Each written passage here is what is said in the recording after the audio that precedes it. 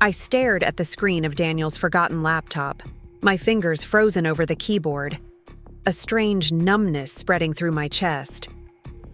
There, in black and white, were the text messages between my husband of 8 years and someone named Rachel. "She has no idea about us, babe. Don't worry about Amanda. She's just along for the ride at this point." And then the words that felt like a physical blow. "She's basically a gold digger who got lucky by marrying me before the company took off. Little does she know I'm planning our exit." Before we jump back in, tell us where you're tuning in from, and if this story touches you, make sure you're subscribed, because tomorrow I've saved something extra special for you. I almost laughed at the bitter irony. Gold digger? I was the one who had drained my entire inheritance to fund Daniel's struggling startup 5 years ago when no investor would touch it. I was the one who had worked 60-hour weeks at the investment firm to keep our mortgage paid while he chased his dreams. I was the one whose financial connections had secured the second round of funding that saved his company from bankruptcy. My hands began to shake as I scrolled through months of messages, discovering that their affair had been going on for nearly a year. There were photos of them in hotel rooms I recognized, the same hotels where Daniel claimed he was meeting investors. There were conversations about their future together, about buying property, about how once his newest acquisition went through, he'd have enough leverage to handle the divorce in a way that would protect his assets. His assets, the company, I had built alongside him, the wealth I had sacrificed everything to help create. Maya's voice suddenly cut through my shock. "Amanda? You there? I've been knocking for 5 minutes." My best friend since college and financial advisor stood in the doorway of our home office, concern etched across her face. I turned the laptop toward her wordlessly. I still remember exactly what I was wearing when my world collapsed. A charcoal pencil skirt and cream silk blouse. My power outfit for closing deals at the firm. My dark hair was pinned in a sleek chignon, and I'd applied my makeup carefully. That morning, unaware that by evening, tears would leave dark tracks down my cheeks. I'm Amanda Wilson, 34, Senior Investment Manager at Meridian Partners in Denver. I met Daniel 10 years ago at a tech startup networking event where I was representing potential investors. He was passionate, brilliant with code, and had a vision for enterprise software that could revolutionize how medical records were managed. What he didn't have was business acumen or funding. I fell in love with both Daniel and his dream. When we married 2 years later, I convinced my grandmother to release my inheritance early so I could invest in his company, MediSync Solutions. I spent weekends helping him craft business plans, nights reviewing contracts, and used every connection I'd built in my finance career to open doors for him. "Tell me I'm not seeing what I think I'm seeing," Maya said, scrolling through the messages, her expression darkening with each swipe. "It gets worse," I said, my voice surprisingly steady, despite the hurricane raging inside me. "Check the folder labeled Exit Strategy." Maya clicked on it and spreadsheets appeared.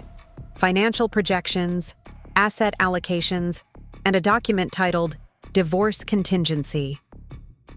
Daniel had been working with a lawyer for months, preparing to leave me while minimizing what I would receive in the settlement. He had systematically begun moving company assets and restructuring ownership in ways that obscured my contributions and investment. "This is financial fraud," Maya whispered, her financial expertise immediately recognizing what was happening. "He's deliberately hiding assets that are rightfully partly yours." "My name isn't on the company documents," I admitted. The mistake. That had seemed inconsequential years ago, now looming like a fatal error. "He said it would complicate things with investors if we were publicly tied together. I trusted him." Maya reached for my hand. "Amanda, listen to me. This isn't over. This is a paper trail of deliberate financial misconduct, and I'm willing to bet there's more we can find." I took a deep breath, my shock beginning to crystallize into something harder, colder. "He's meeting with Prime Health tomorrow to finalize the acquisition deal. It's worth millions, the deal that will make MediSync a major player. The deal I helped broker through my client connections. The deal he's planning to use to fund his new life without you. Maya finished for me, understanding immediately. Yes. I closed the laptop, a decision forming in my mind. I'm not going to confront him, not yet. Maya raised an eyebrow, recognizing the shift in my voice. What are you thinking? I'm thinking it's time to protect myself, and to make sure Daniel understands exactly who built the success he's so eager to claim as his alone. That night, Daniel came home late as usual, mumbling something about investor meetings running long. I played my part, the supportive wife, asking about his day, sharing a glass of wine with him on our terrace overlooking the Denver skyline, a view purchased with my salary while his company struggled through its early years. I watched him as he talked excitedly about the Prime Health acquisition, how it would change everything, how his vision was finally being recognized, not our vision. His. I nodded and smiled, all while cataloging every lie, every omission, every moment he took credit for work I had done behind the scenes. You seem quiet tonight, he said finally, reaching for my hand across the table. Everything okay at the firm? I forced a smile. Just tired. Big project coming up. The lie came easily, surprising me. But then, I had learned from a master. You work too hard, he said with practiced concern. Maybe after this deal closes, you should think about cutting back. We'll be in a position where you won't need to work so many hours. The audacity nearly took my breath away. He was already laying groundwork to explain my absence in his life. Maybe, I replied, squeezing his hand while my mind raced ahead, planning, calculating. I am due for a change. The next morning, I called in sick to work for the first time in 3 years. As soon as Daniel left for his big meeting, I began methodically documenting everything. I pulled bank statements showing my initial investment in MediSync. I found emails where I had introduced Daniel to key investors and clients. I located the original business plan that contained both our ideas, with my handwritten notes in the margins. Maya arrived at 10 with bagels, coffee, and her laptop. I've been thinking about this all night, she said, setting up at the dining room table. We need to be strategic. This isn't just about catching him in an affair. That's the least of it. This is about proving your contribution to MediSync and protecting what's rightfully yours. For the next 4 hours, we built my case. Maya's expertise in financial forensics proved invaluable as she traced money flows and identified questionable transactions Daniel had been making. We discovered he had recently established a new LLC in Wyoming with minimal disclosure requirements and had begun transferring intellectual property rights to this entity. Classic hiding assets move, Maya muttered, but he's made mistakes, lots of them. By mid-afternoon, we had assembled enough evidence to make any divorce attorney salivate. But I wasn't ready to file for divorce, not yet. Something about simply ending the marriage felt insufficient given the magnitude of the betrayal. I want to understand exactly what he's planning, I told Maya. And I want him to face what he's done, not just to me as his wife, but to me as his business partner and investor. What are you suggesting? I smiled, surprising myself with how calm I felt. I think it's time I took a more active interest in MediSync's operations. Daniel's always said I could join the company if I wanted to. You want to work with him? Now? Maya looked skeptical. Not exactly. I want to position myself where I can see everything before he realizes I know anything. The Prime Health deal won't close for 30 days. That gives me time. Maya considered this. It's risky. If he suspects you know. He won't, I said with confidence that surprised me. Daniel sees what he expects to see. Right now, he expects to see his supportive wife who has no idea he's planning to leave her once he cashes in on her investments and connections. That evening, I broached the subject casually over dinner. So, I've been thinking about what You said, about cutting back at Meridian. Daniel looked up from his steak, intrigued. Yeah? What would you think about me coming to work at Medisync instead? With the acquisition, you'll need someone to handle investor relations and financial communications. That's literally what I do every day. I watched conflict play across his features.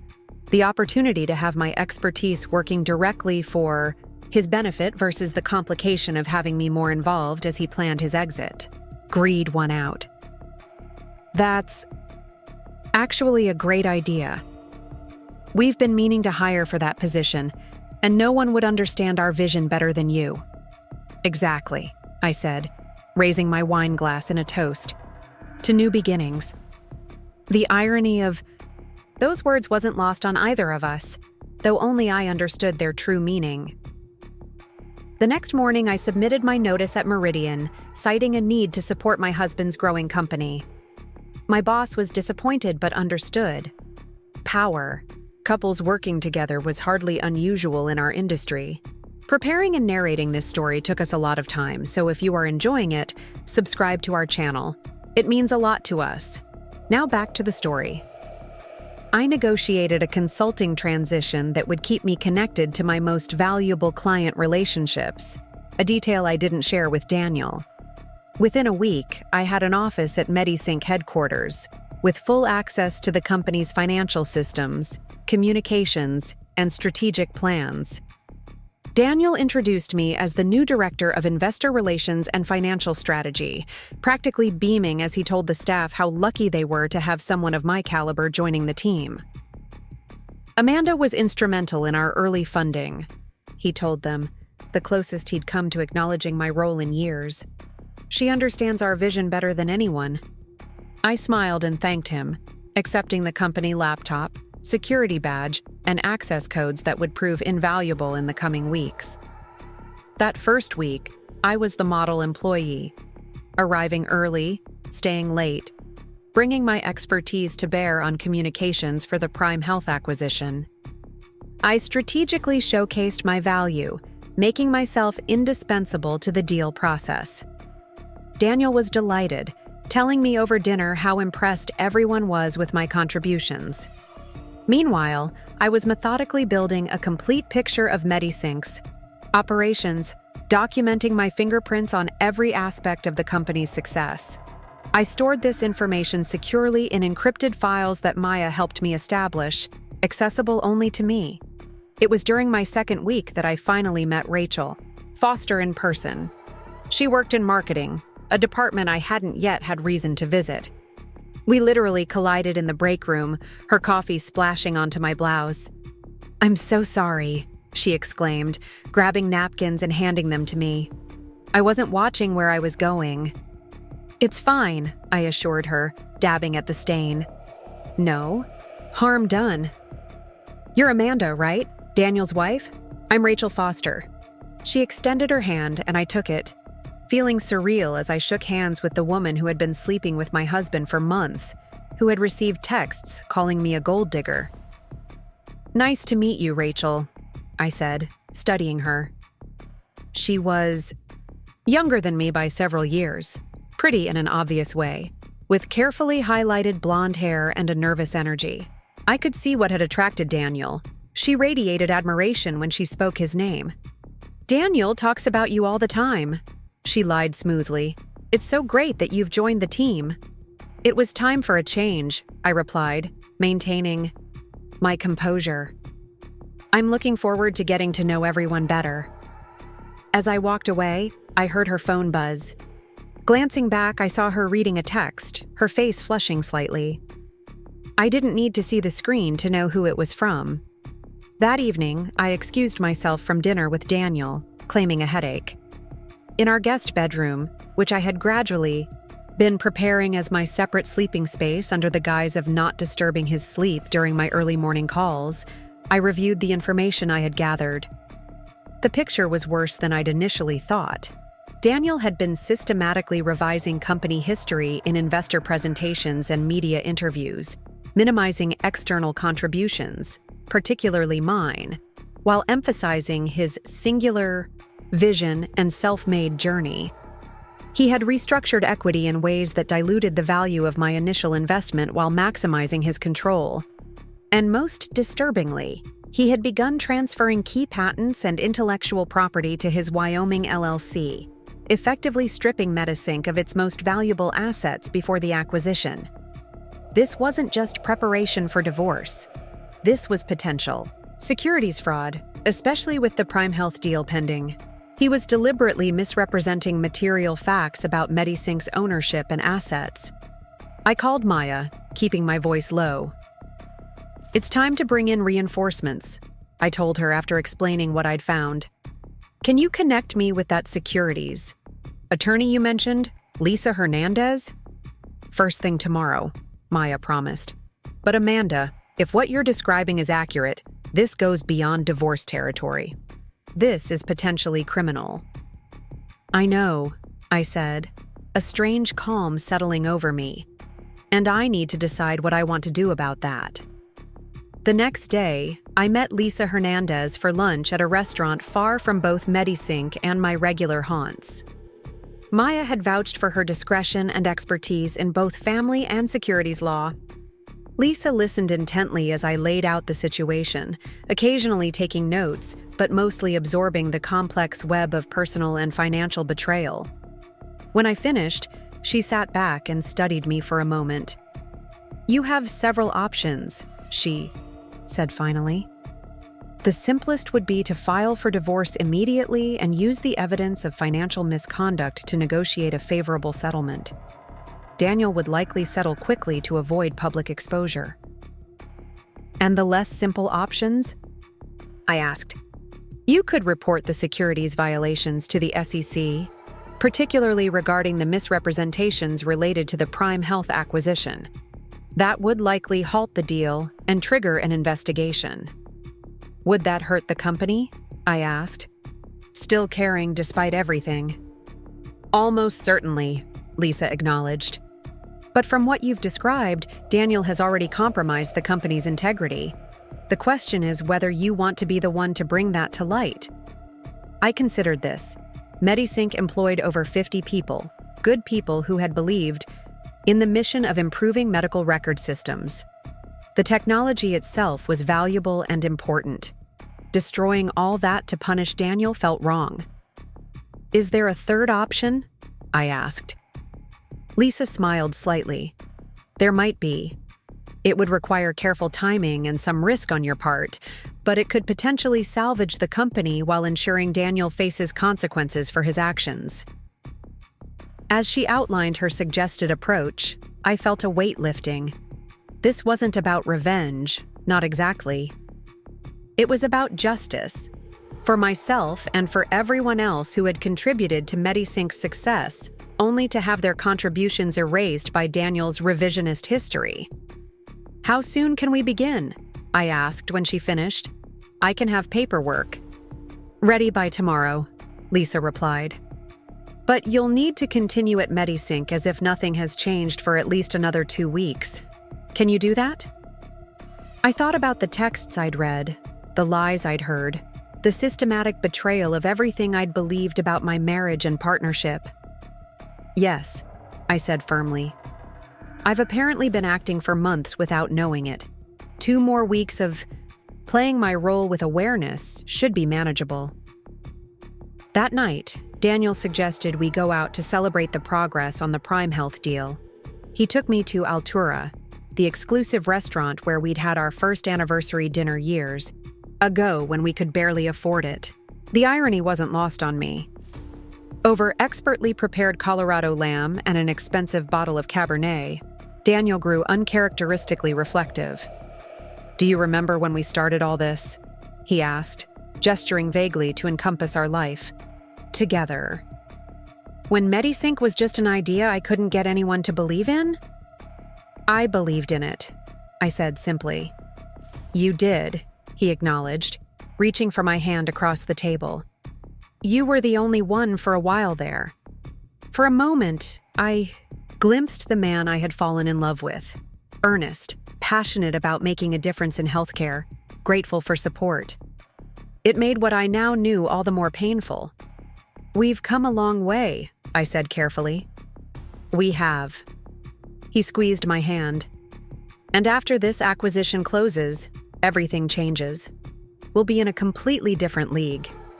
I nodded, wondering if he heard the callousness in his words, the implicit discarding of the "we" as soon as financial success was assured. "To new chapters," he said, raising his glass. I clinked mine against it. "To getting what we deserve." Over the next 2 weeks, I executed Lisa's plan methodically. During the day, I worked diligently at MediSync, becoming increasingly essential to the Prime Health acquisition process.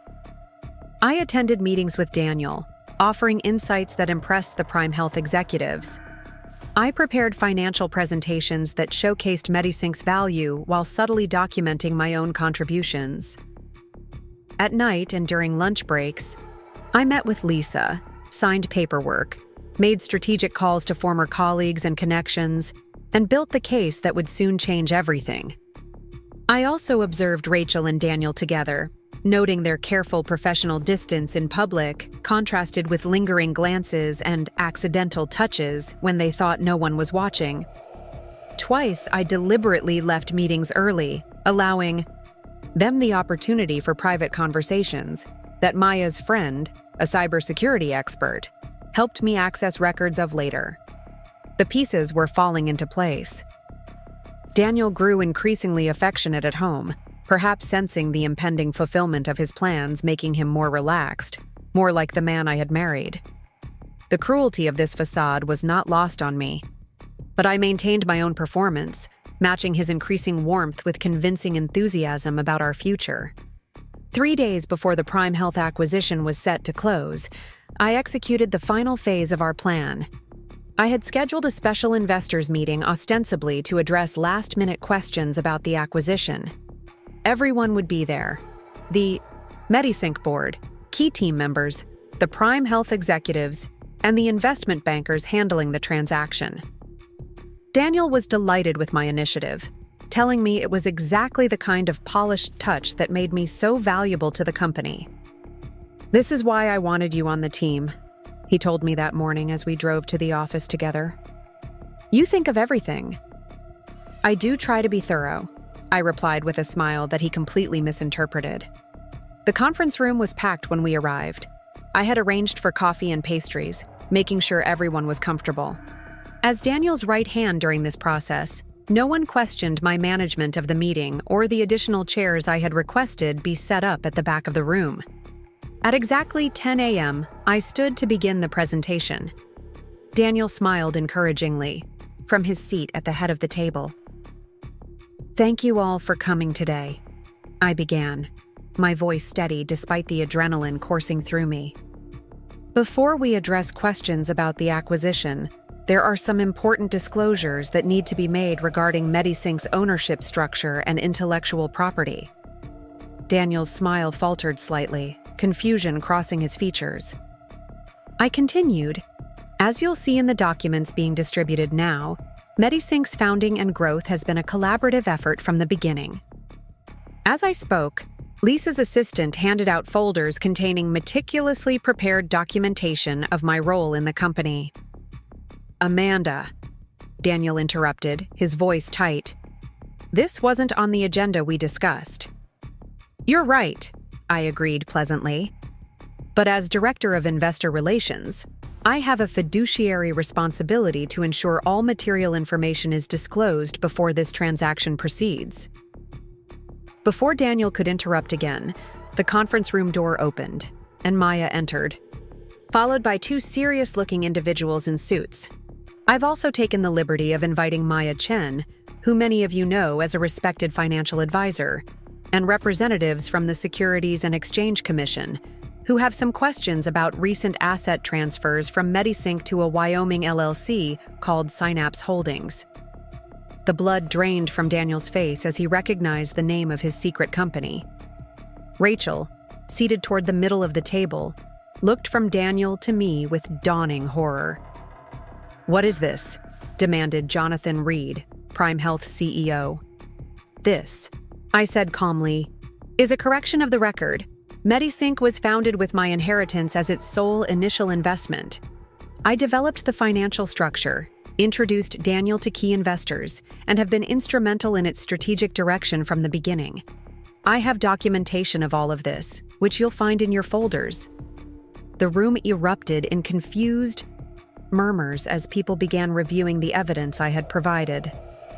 Furthermore, I continued when the noise subsided, in recent months, certain key intellectual property assets have been transferred out of MediSync to a private entity controlled solely by Daniel Wilson, without board approval or disclosure to potential acquirers.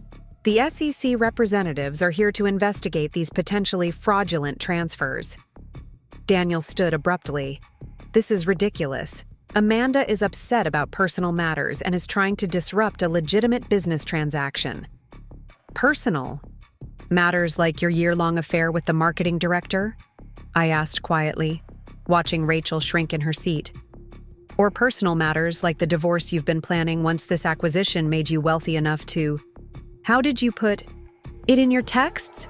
Ditch the gold digger who got you started? Complete silence fell over the conference room. Daniel stared at me, his expression a mixture of rage and fear. I'm not here to air our dirty laundry, Daniel, I continued, my voice steady. I'm here to ensure that MediSync's true history and current asset situation are accurately represented before this acquisition proceeds. Prime Health deserves to know exactly what they're buying.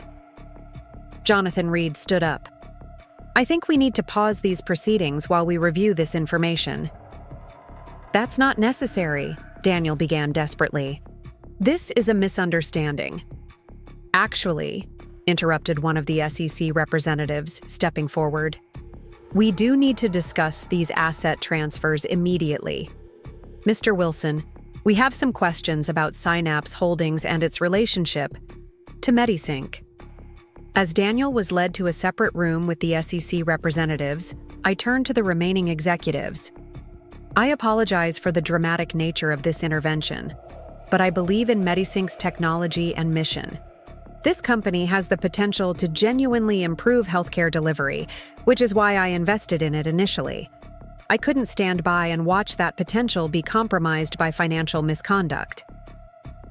Jonathan Reed approached me after the others had filed out in various states of shock and confusion.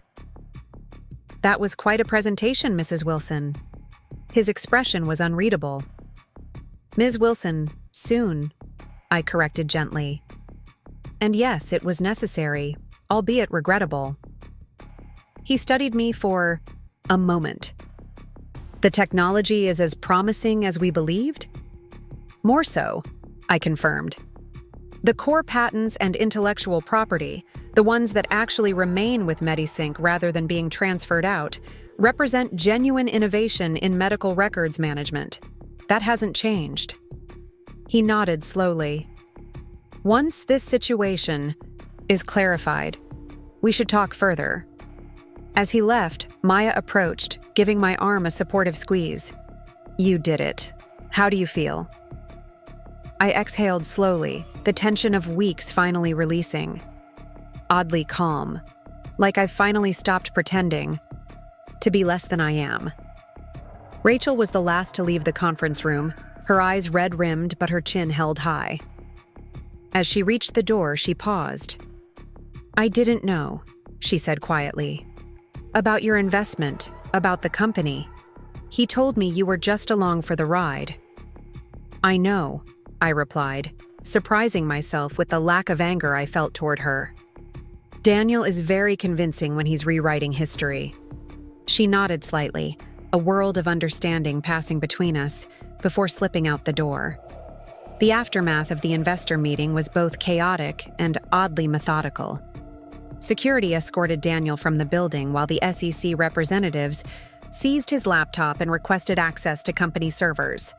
I watched from my office window as he argued with them in the parking lot, his gestures becoming increasingly frantic before he finally got into his car and sped away. I knew exactly where he was going. By the time I arrived home, Daniel had already packed 2 suitcases. He was frantically emptying his dresser drawers when I walked into our bedroom. "How dare you?" he snarled, not even turning to look at me.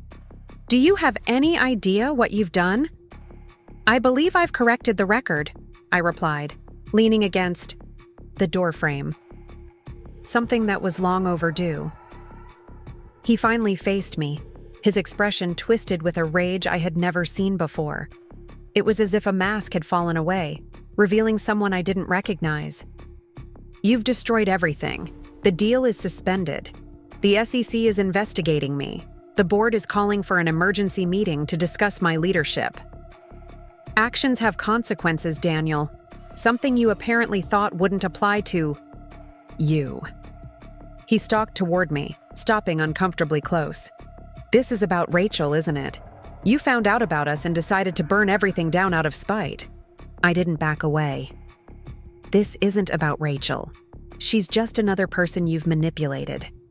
This is about you systematically erasing my contributions to MediSync while planning to leave me with nothing.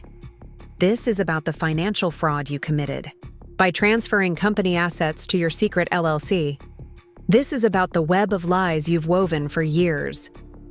"I built that company," he insisted, his voice rising. "My vision, my leadership." "My money," I countered quietly. "My connections, my strategic guidance. The initial algorithm was created by Dr. Patel, who only agreed to work with us because of my relationship with her from graduate school. The Series A funding came through Jackson Ventures because I went to college with Phil Jackson's daughter. Shall I continue?" Daniel's face flushed with anger. "You were compensated for your investment. You've lived well because of my company's success." "Our company," I corrected, "and I was never compensated for my investment. The paperwork you had me sign during that restructuring 2 years ago diluted my ownership to nearly nothing." Another detail the SEC found quite interesting. He turned away, resuming his packing with jerky movements. "This isn't over, Amanda. You can't just ambush me in front of our investors and walk away clean." "It actually is over, Daniel." Pulled an envelope from my bag and placed it on the bed. "Divorce papers. My attorney will be in touch about the financial settlement. I suggest you retain counsel immediately." As I turned to leave, Daniel called after me. "Where am I supposed to go tonight?" I paused in the doorway. "I believe Rachel has a lovely apartment downtown, though she might not be as welcoming now that she knows the truth about your financial situation." I closed the bedroom door behind me, walked calmly down the stairs, and poured myself a glass of wine. My hands were steady, my breathing even. The confrontation I had dreaded for weeks had passed, and I had emerged intact. More than intact, empowered. My phone buzzed with a text from Maya. "SEC meeting scheduled for tomorrow at 10. They want your official statement about the asset. Transfers. How are you holding up?" "Daniel's packing," I replied. "Served him with papers. I'm drinking a very good Cabernet and feeling surprisingly fine." Maya's response came quickly. "That's my girl. Want company?" I considered the offer. Part of me wanted to sit with this moment alone, to absorb the seismic shift that had occurred in my life today. But another part recognized the value of friendship, of shared understanding. "Yes," I texted back. "Bring food. And Lisa if she's free. We have planning to do." While waiting for Maya, I walked through the house that Daniel and I had purchased 3 years ago, when MediSync secured its first major contract. It was a beautiful space, open concept, floor-to-ceiling windows overlooking the mountains, sleek modern finishes, but it had never quite felt like mine. Daniel had insisted on hiring an interior designer who had created a showcase home that looked impressive but lacked personal touches. I ran my fingers along the cool marble of the kitchen island, imagining changes I might make. Perhaps warm wood to replace the sterile white surfaces. Colorful art instead of the minimalist prints Daniel preferred.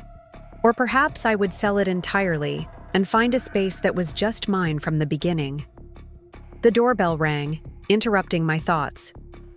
Maya stood on the porch with takeout bags from our favorite Thai restaurant and a bottle of champagne.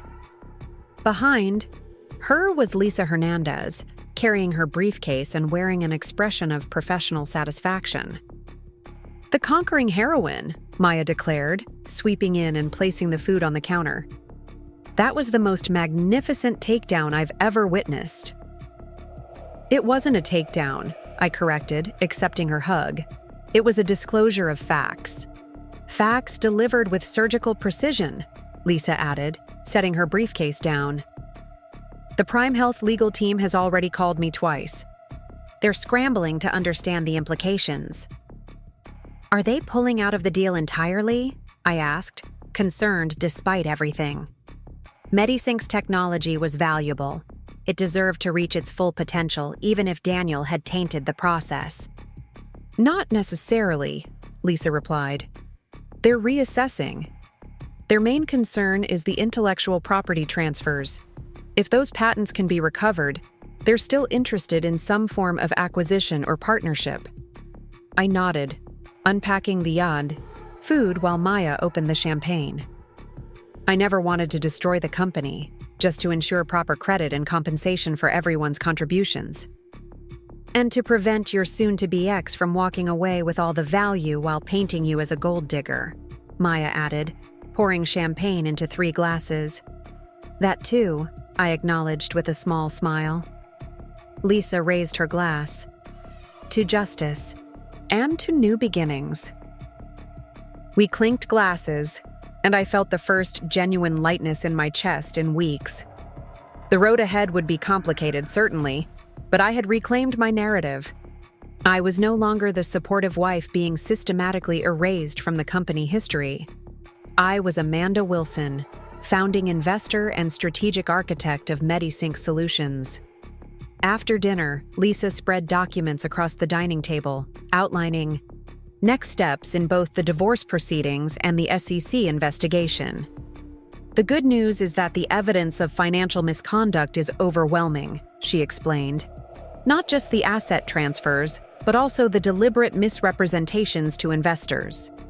The bad news is that these cases can drag on, and Daniel will likely fight every step of the way. He already threatened that this isn't over," I told her, recounting our confrontation. Lisa nodded grimly. "That's to be expected. Men like Daniel don't accept defeat easily, which is why we need to discuss your immediate security and financial protection." For the next hour, we developed a comprehensive plan.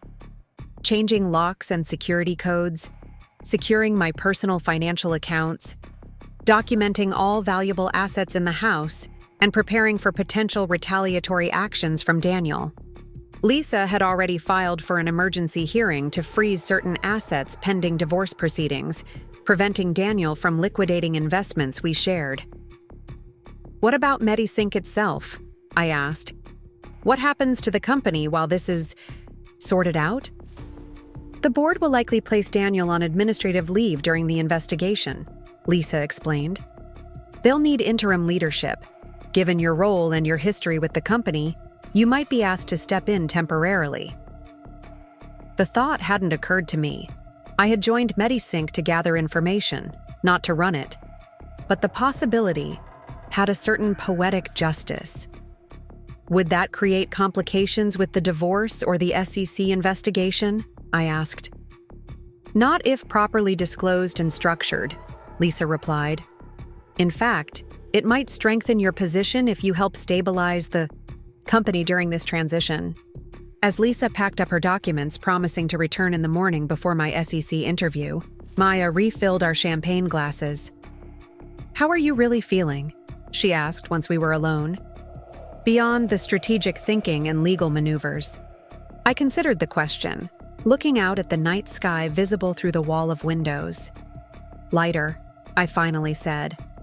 "Like I've set down a burden I didn't even realize I was carrying.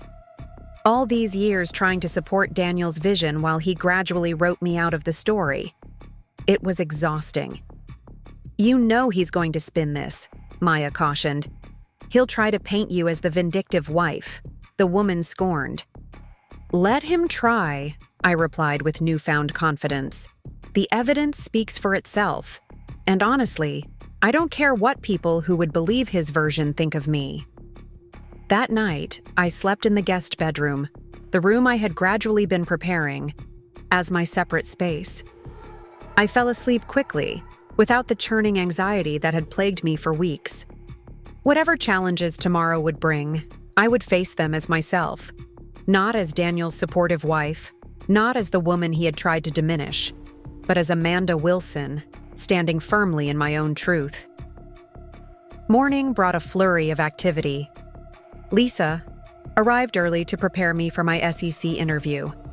Maya called with updates from her contacts in the financial community. Daniel had been reaching out to potential investors, spinning a tale of betrayal and misunderstanding, but finding little sympathy given the emerging evidence. As I dressed in a navy suit that conveyed both professionalism and strength, my phone rang with an unfamiliar number. It was Jonathan Reed, Prime Health's CEO. Ms. Wilson, he began formally. I hope I'm not calling too early. Not at all. Mr. Reed, I was just preparing for my SEC meeting. That's actually related to why I'm calling. Our legal team has been in communication with the SEC and with MediSync's board. The situation is, to put it mildly, complicated. I understand, I replied, keeping my tone neutral. The disclosures yesterday were necessary but undoubtedly disruptive. Yes, well, disruption sometimes leads to clarity. He paused. The board has placed Daniel on administrative leave pending the investigation. They've asked me to inquire whether you would consider stepping in as interim CEO. Though Lisa had prepared me for this possibility, the reality of it still took me by surprise. That's a significant request, Mr. Reed. May I ask why the board is considering me rather than promoting from within the existing executive team? 2 reasons, Reed replied candidly. First, your demonstrated knowledge of MediSync's operations and financials is impressive. Second, your ownership stake, once the disputed transfers are resolved, likely makes you the largest individual shareholder. The board feels alignment between leadership and ownership would stabilize the company during this period. And Prime Health's interest in the acquisition? Paused but not terminated. We believe in the technology. If the company can be stabilized and the intellectual property issues resolved, we remain interested in some form of partnership. I thought quickly, weighing options. Taking the interim CEO role would give me direct access to all company records, allowing me to fully document my contributions and address any other financial irregularities Daniel might have created. It would also position me to protect the company's value during the transition, value I had a significant stake in. I would consider it, I said carefully, pending discussions about scope, timeline, and compensation, and with the understanding that my cooperation with the SEC investigation will continue with complete transparency. Of course, Reed agreed. The board chair will reach out later today to discuss details. For what it's worth, Ms. Wilson, your handling of a difficult situation has been impressive. Not many people would have the courage to do what you did yesterday. After the call ended, I sat on the edge of my bed, absorbing this unexpected development. From hidden investor to interim CEO in a matter of weeks, it was a dizzying reversal. Lisa was appropriately cautious when I informed her of the offer. It's an opportunity with significant upside, but also considerable risk. You'll be walking into a company in crisis, with employees who are confused and frightened about their futures. I know, I acknowledged. But I helped build MediSync. I believe in what it can do for healthcare. I can't just walk away and let it collapse because of Daniel's actions. My SEC interview was intensive but straightforward. The investigators had already uncovered most of the relevant financial transactions, and my documentation filled in the narrative behind them. I explained how Daniel had gradually restructured ownership, diluting my stake while consolidating his control, and how he had begun transferring key patents to his private entity in preparation for the acquisition. and subsequent divorce. These transfers occurred without board approval? The lead investigator confirmed. Correct, I replied. The board was informed that routine patent maintenance was occurring, but not that ownership was being transferred to an external entity. And your signature appears on some of these documents, he noted, sliding a paper across the table. Yes, I acknowledged. Daniel presented these as routine updates to our patent protections. I trusted my husband and signed without scrutinizing the legal details, a mistake I deeply regret. The investigator nodded sympathetically. We see this pattern frequently in cases of financial misconduct between spouses. You're not the first to trust unwisely. By mid-afternoon, I had completed the SEC interview and spoken with MediSync's board chair, accepting the interim CEO role with carefully negotiated terms. I would serve for 90 days, focusing on stabilizing operations, resolving the patent ownership issues, and rebuilding relationships with key customers and partners. The compensation package included equity restoration that would recognize my founding investment.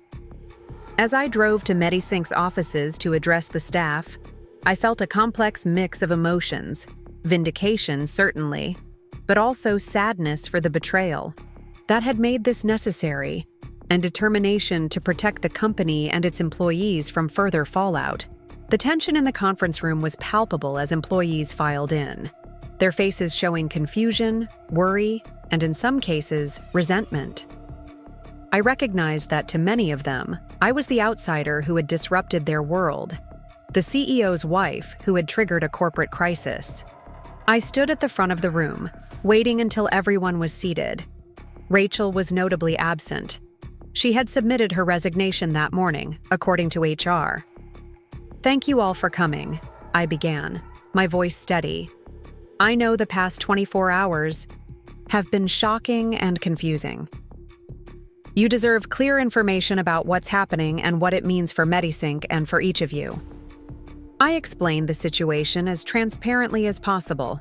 The unauthorized asset transfers, the SEC investigation, Daniel's administrative leave, and my temporary role as interim CEO.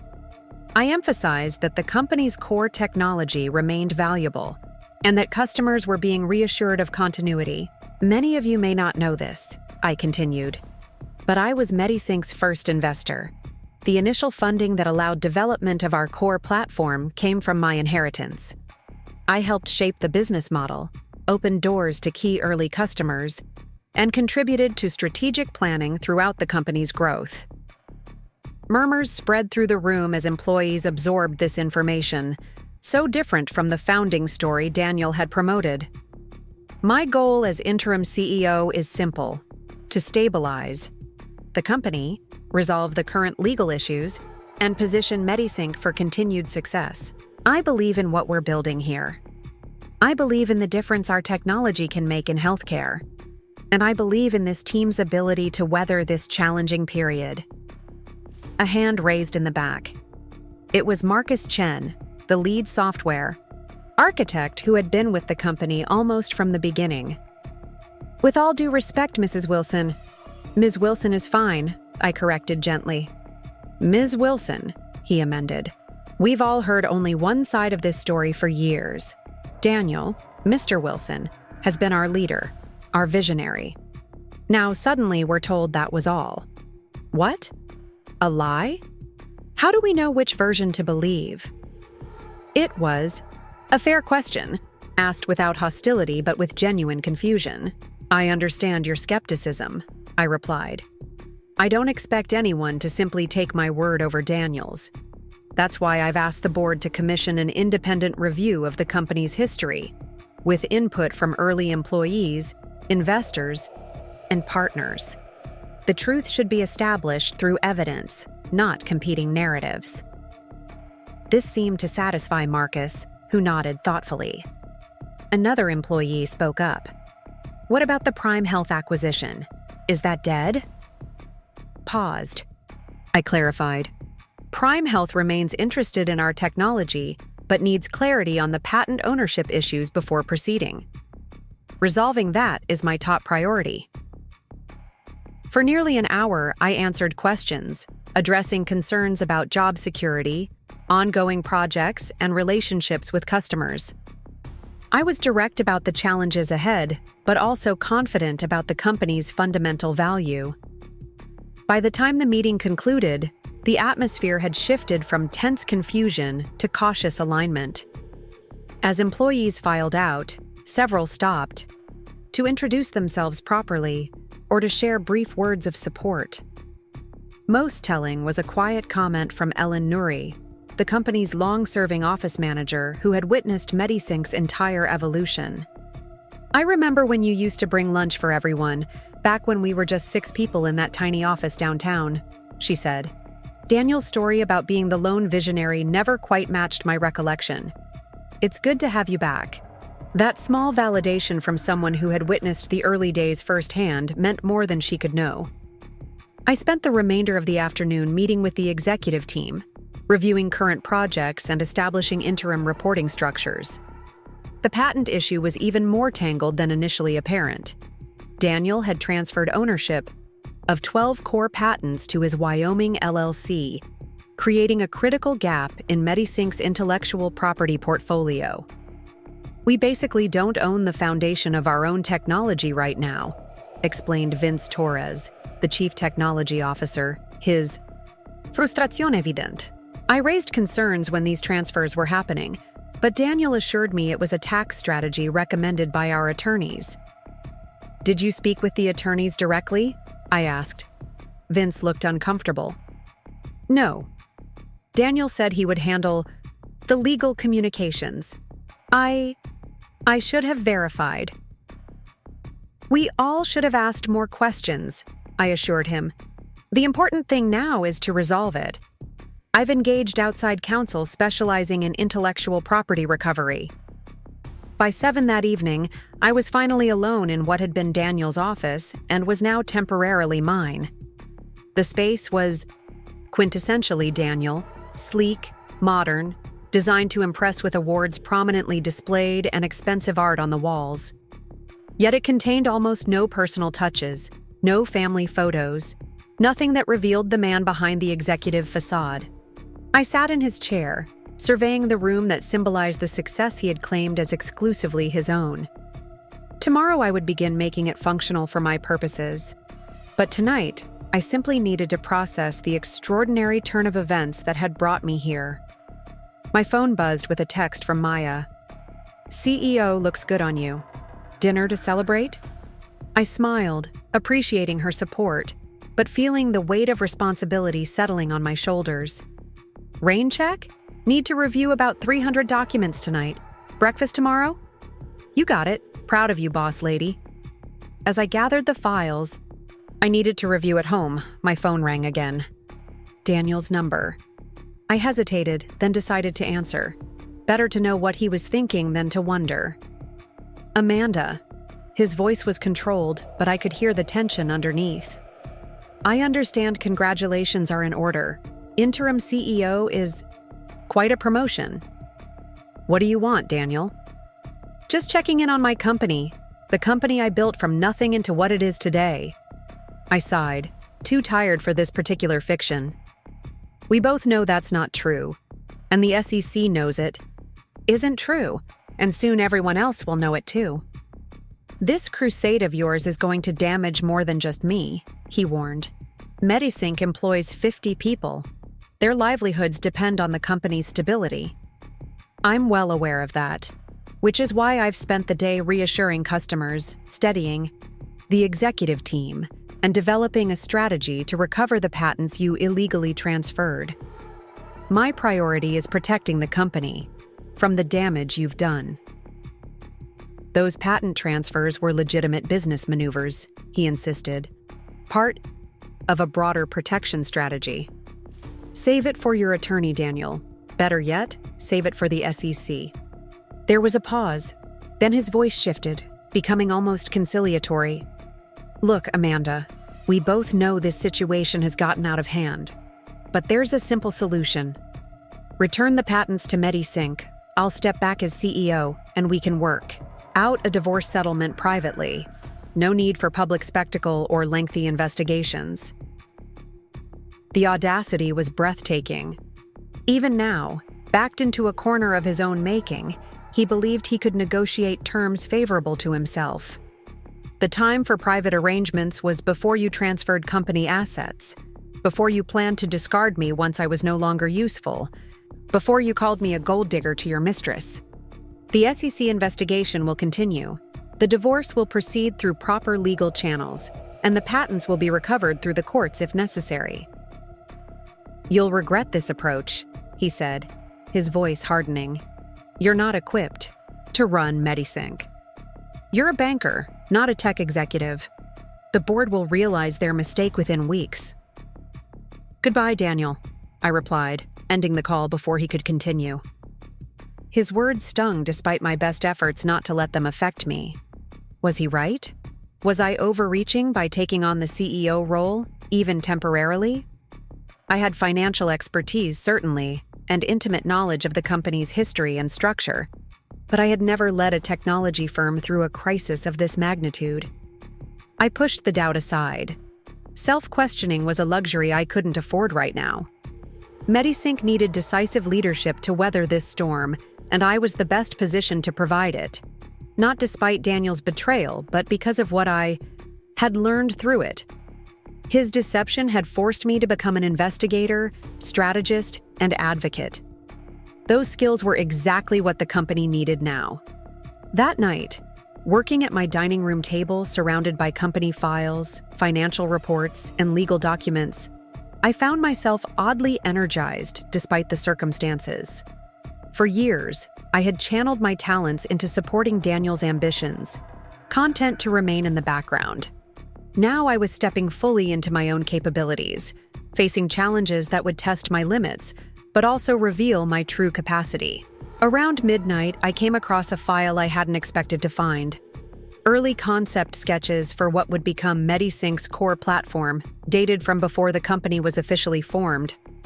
On them were notes in my handwriting, questions, and suggestions that had helped shape the initial direction. I remembered creating these with Daniel in our apartment all those years ago, the excitement we had shared about building something meaningful together. I traced my fingers over the faded writing, feeling a complex mixture of grief for what had been lost and determination about what still might be built. Daniel had betrayed our partnership, but the vision itself, creating technology that could improve healthcare delivery and ultimately patient outcomes, remained worthy. Tomorrow would bring new challenges, meetings with customers concerned about the company's stability, discussions with lawyers about patent recovery strategies, decisions about ongoing development priorities. But tonight, looking at these early artifacts of what we had once created together, I allowed myself a moment of bittersweet reflection on the journey that had led me here. The woman who had drawn these notes a decade ago could never have imagined becoming CEO of the resulting company under these circumstances. She had believed in partnership, in shared dreams built on mutual respect. That belief had been shattered, but from its fragments, I was constructing something new, a version of success defined by my own terms, built on transparency and true contribution rather than deception and erasure. I gathered the papers, closed my laptop, and finally headed to bed, mentally preparing for the battles ahead. Daniel had underestimated me for years. In doing so, he had created exactly the adversary he now feared, a woman with nothing left to lose and everything to prove. Early the next morning, I met Maya for breakfast at a small cafe near Medisync's offices. She arrived looking typically polished in her financial advisor attire, but her expression showed concern. "You look exhausted," she observed as I stirred sweetener into my coffee. "How late did you work?" "Past midnight," I admitted. "There's so much to untangle." Daniel was remarkably thorough in rewriting company history and obscuring ownership structures. Maya nodded sympathetically. Manipulators often are. They put more effort into covering their tracks than it would take to simply act with integrity. The most disturbing part is how many people enabled it, I said. keeping my voice low despite the relative privacy of our corner table. Board members who didn't question his narrative. Lawyers who processed paperwork without proper disclosures. Employees who suspected things weren't right but stayed silent. Systems of power protect themselves, Maya replied. Speaking up has real costs, as you've discovered. I nodded, thinking of the whispers that had already begun in Denver's tight-knit business community. Daniel had wasted no time contacting mutual acquaintances, sharing his version of events, that I had suffered some kind of breakdown, that I was vindictively attacking him and the company out of jealousy over Rachel. Has Daniel made any further contact? Maya asked. One call last night. He suggested we could work things out privately, if I would just step back from the SEC investigation and the divorce proceedings. Maya snorted. Classic. When accountability looms, suddenly they want to handle things privately. Exactly. But there's no going back now, even if I wanted to. The SEC investigation has its own momentum, and frankly, I've never been clearer about what needs to happen next. Which is? MediSync needs to be stabilized and its assets protected. The truth about its founding and development needs to be established, and I need to create a future for myself that isn't defined by Daniel's narrative. Our food arrived, momentarily pausing the conversation. As we ate, I noticed a couple at a nearby table glancing in our direction, then whispering to each other. News of the MediSync situation had clearly spread beyond financial circles. People are talking, I observed quietly. Maya followed my gaze, then shrugged dismissively. Let them. Denver's business community has watched Daniel rise as the celebrated tech founder for years. They'll gossip about his fall for a few weeks, then move on to the next drama. What matters is that you know your truth and stand firmly in it. I'm trying, I admitted. But it's strange to suddenly be visible after years of deliberately staying in the background. I was always careful not to overshadow Daniel, to support without seeming to direct. Now I'm the interim CEO, making public statements and directing the company's future. That visibility is powerful, Maya reminded me. Every woman who's been diminished or erased in her professional life sees something important in your story. You're not just reclaiming your place in MediSync's history, you're demonstrating what standing up for oneself looks like. I hadn't considered this broader perspective, too focused on the immediate crises demanding attention. But Maya was right. My personal situation reflected patterns experienced by countless women in business and beyond. I hadn't thought of it that way, I said, considering this new dimension of responsibility. Well, start thinking about it, Maya advised. Because like it or not, you've become something of a symbol. How you handle this matters beyond just your own situation. My first week as interim CEO of MediSync passed in a blur of activity. Each day brought new challenges, nervous customers requiring reassurance, employees seeking direction, lawyers demanding documentation, and the SEC investigators continuing their meticulous examination of the company's financial history. I worked 14-hour days, fueled by a determination I hadn't known I possessed. On Friday afternoon, I was reviewing patent recovery strategies with our legal team when my assistant, Ellen, interrupted with an urgent message. Dr. Patel is here to see you, she announced, a note of surprise in her voice. She doesn't have an appointment, but she's insisting it's important. Anita Patel, the brilliant computer scientist who had developed MediSync's core algorithm years ago. She had left the company 3 years earlier, under circumstances that Daniel had described as professional differences. I hadn't spoken with her since one of many relationships that had mysteriously faded during my marriage. Please send her in, I said, dismissing the lawyers with promises to continue our discussion later. Anita entered my office with the same purposeful energy I remembered, her silver-streaked black hair pulled back in a practical bun, her expression a mixture of curiosity and caution. She studied me for a moment before speaking. So it's true, she said finally. Amanda Wilson at the helm of MediSync. Times have certainly changed. Dr. Patel, I stood to greet her, extending my hand. It's been too long. She shook my hand firmly. Anita, please. We've known each other long enough to dispense with formalities, especially now. I gestured toward the sitting area in the corner of the office, away from the imposing desk that still felt like Daniel's territory. What brings you here today? Anita settled into one of the chairs, placing a sleek laptop on the coffee table between us. News travels quickly in tech.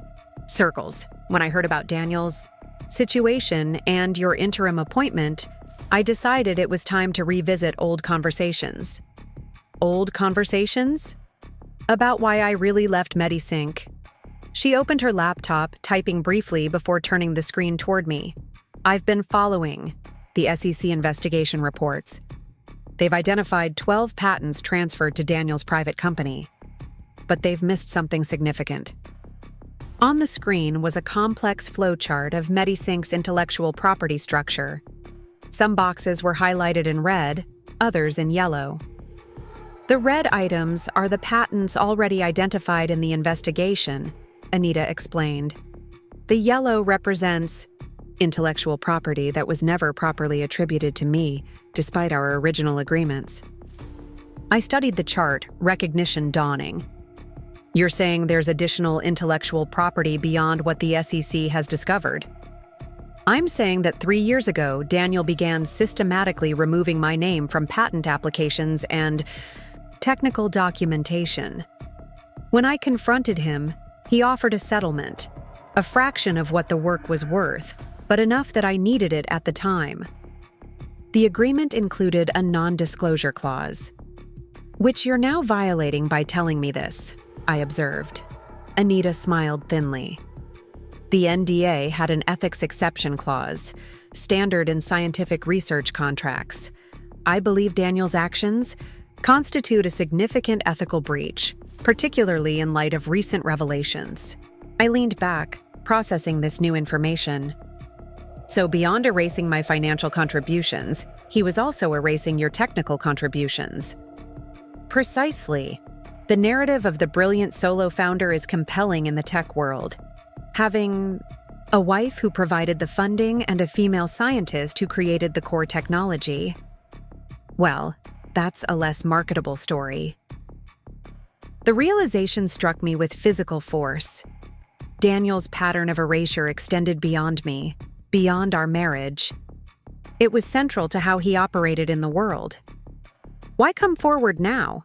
I asked. Because you had the courage to speak truth to power, Anita replied simply. And because I've been watching MediSync's evolution from a distance. The technology we created has genuine potential to improve healthcare delivery. It shouldn't be tainted by fraud. She turned her laptop to face herself again, typing briefly. I've sent you files documenting my original contributions, emails, early code repositories, meeting notes. I've also compiled a timeline of how my role was gradually minimized in company communications. This could be crucial for the patent recovery effort, I said, mind racing with implications. But it may also complicate matters in the short term. Good, Anita said firmly. Complicated truth is better than convenient fiction. That's the foundation of both good science and good business. After Anita left, I sat quietly for several minutes, absorbing this new layer of Daniel's deception. It wasn't just about our marriage, or even about financial misconduct. It was about a systematic pattern of appropriating others' contributions while building his celebrated image as a visionary founder. I called Lisa Hernandez immediately, explaining what I had learned and forwarding Anita's documentation. This is significant, Lisa confirmed after reviewing the materials. It establishes a pattern of intellectual property manipulation beyond what the SEC has already identified. It also potentially brings in copyright issues, which fall under different jurisdictional authority. What's our next step? I asked. We need to inform the SEC investigators about this development. We should also consider whether Dr. Patel wants to formally join the case as an additional complainant. And MediSync itself? How does this affect the company? Lisa paused, considering. It creates additional complexity for the intellectual property recovery, certainly, but it also provides leverage. Daniel can't claim these were isolated incidents or misunderstandings if there's a documented pattern involving multiple parties. After our call ended, I stood by the office window, looking out at the Denver skyline as evening settled over the city. Each revelation about Daniel's behavior formed another piece of a disturbing puzzle, one that showed a man carefully constructing a false narrative while systematically erasing those who had made his success possible. A knock at my door interrupted my thoughts. It was Marcus Chen, the lead software architect who had questioned me during the all-hands meeting days earlier. "Ms. Wilson, do you have a moment?" He stood awkwardly in the doorway, clutching a folder. "Of course, Marcus. Please, come in." He entered hesitantly, remaining standing even when I gestured toward a chair. "I saw Dr. Patel leaving earlier. I haven't seen her here since. Well, since she left." "Yes, she came to share some information about her work on the original algorithm." Marcus nodded, his expression troubled. "That's actually related to why I'm here." He placed the folder on my desk, opening it to reveal technical diagrams and code printouts. "I've been with MediSync almost from the beginning. I was the third technical hire, after Dr. Patel." "I remember," I said. "You joined right after we secured the seed funding." He looked surprised that I recalled this detail. "Yes, exactly. Back then, it was just the core team, you, Daniel, Dr. Patel, me, and a couple of others. Everyone knew who contributed what." He pointed to sections of the diagrams. "This is the adaptive learning component of our patient data system, one of the features Prime Health was particularly interested in acquiring. The official documentation lists Daniel as the principal architect, with me as a contributing developer." "But that's not accurate?" I guessed. Marcus shook his head firmly. "No. I developed this module entirely, based on initial parameters from Dr. Patel. Daniel reviewed it, suggested some interface changes, but the core functionality was mine." He flipped to another section. "And this predictive modeling system? Credited primarily to our current CTO, Vince Torres, with Daniel as co-developer. But Vince joined 3 years ago. This system was developed 2 years before that, by a team led by Sophia Kazan, who left the company shortly after completing it." I felt a growing chill as Marcus continued through the documentation, identifying instance after instance where credit had been misattributed, always flowing upward to Daniel or those currently in leadership positions, away from the actual creators who had often subsequently left the company. "Why are you showing me this now, Marcus?" He met my gaze directly for the first time. "Because seeing Dr. Patel here made me realize this might be the only opportunity to correct the record, and because I've been complicit in this system by staying silent. I justified it to myself. That's just how the tech industry works. The founders get the credit. But seeing you stand up to Daniel made me question that acceptance." I studied him, seeing the genuine conflict in his expression. "Thank you for bringing this forward. It can't have been an easy decision." "It wasn't," he admitted. "I have a family, a mortgage. I can't afford to lose my job over this." "Your job isn't at risk for telling the truth, Marcus. Not while I'm Interim CEO." He nodded, some tension leaving his shoulders. "There's something else you should know. Many of us have been approached by Daniel in the past few days.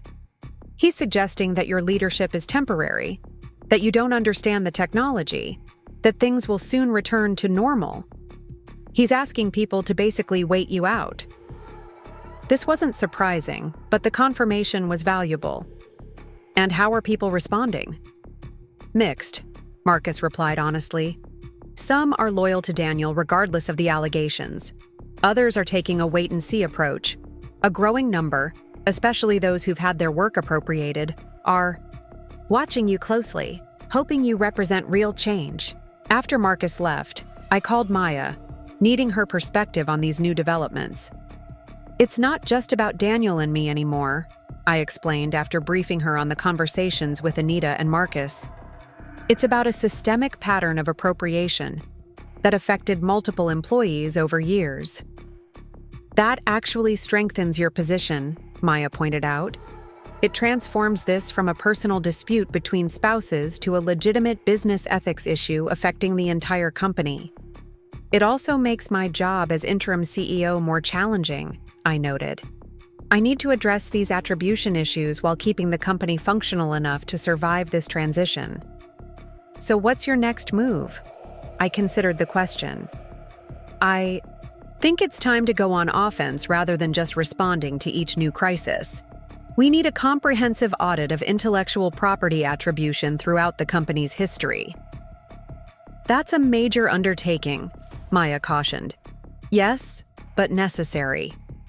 If MediSync is going to emerge from this with any integrity, I can't fix what Daniel did to me personally, but I can ensure that everyone's contributions are properly recognized going forward. The next morning, I called an emergency meeting of the executive team to outline my plan. The atmosphere was tense as I explained what I had learned from Anita and Marcus. I believe these aren't isolated incidents, I concluded. Based on the documentation I've seen, there appears to be a systematic pattern of misattribution throughout MediSync's technical history. Vince Torres, the CTO, shifted uncomfortably. With all due respect, Ms. Wilson, reassigning credit for technical developments could create chaos in our intellectual property portfolio. It could impact pending patents, existing licenses, even our valuation for the Prime Health acquisition. I understand the complications, I acknowledged, but continuing to build on a foundation of misattribution isn't sustainable. Prime Health or any other potential acquirer deserves accurate information about what they're purchasing and who actually created it. What exactly are you proposing? Asked Melissa Herrera, our chief operating officer, who had remained notably neutral throughout the crisis. A comprehensive technical audit, I explained. We'll engage an independent third party to review all major technical developments, interview current and former team members, and establish accurate attribution for each component of our platform. The board will never approve such an undertaking. Vince objected. The cost alone? The board approved it this morning, I interrupted calmly. I spoke with them before this meeting. They recognize that MediSync's value depends on the integrity of its intellectual property. Uncertainty about attribution creates unacceptable legal and financial risks. The executives exchanged glances, absorbing the implications of this decision, and the clear message that I wasn't merely a caretaker CEO keeping the seat warm until normalcy returned. We'll need everyone's cooperation, I continued. That includes providing all requested documentation and making yourselves available for interviews with the audit team. And if the audit finds discrepancies in attribution? Melissa asked, carefully. Then we'll correct them, I said simply. With appropriate recognition, compensation, and where necessary, apologies to those affected. Daniel won't stand for this, Vince muttered, almost to himself. Daniel is on administrative leave during an SEC investigation, I reminded him. His approval isn't required. Now, are there any other questions before we discuss implementation? The silence that followed spoke volumes about the shifting power dynamics within MediSync. For perhaps the first time, these executives were recognizing that Daniel's removal wasn't a temporary disruption, but potentially a permanent change. And that I wasn't merely Daniel's soon-to-be ex-wife, but a leader implementing a new vision for the company. After the meeting, Melissa lingered behind. Once the others had left, she closed the door and turned to me with a directness that surprised me. I need to know something, she said without preamble. Are you using this audit to gather ammunition against Daniel for your divorce, or do you genuinely care about correcting the company's attribution issues? The question was blunt, but fair. Both can be true simultaneously, I replied honestly. Daniel's pattern of appropriating others' work is relevant to both our personal dispute and the company's integrity. But if you're asking whether I would pursue this audit regardless of my personal situation, the answer is yes. MediSync can't move forward built on false foundations. Melissa nodded slowly. I've been here 4 years. I've seen how decisions were made, how credit was assigned.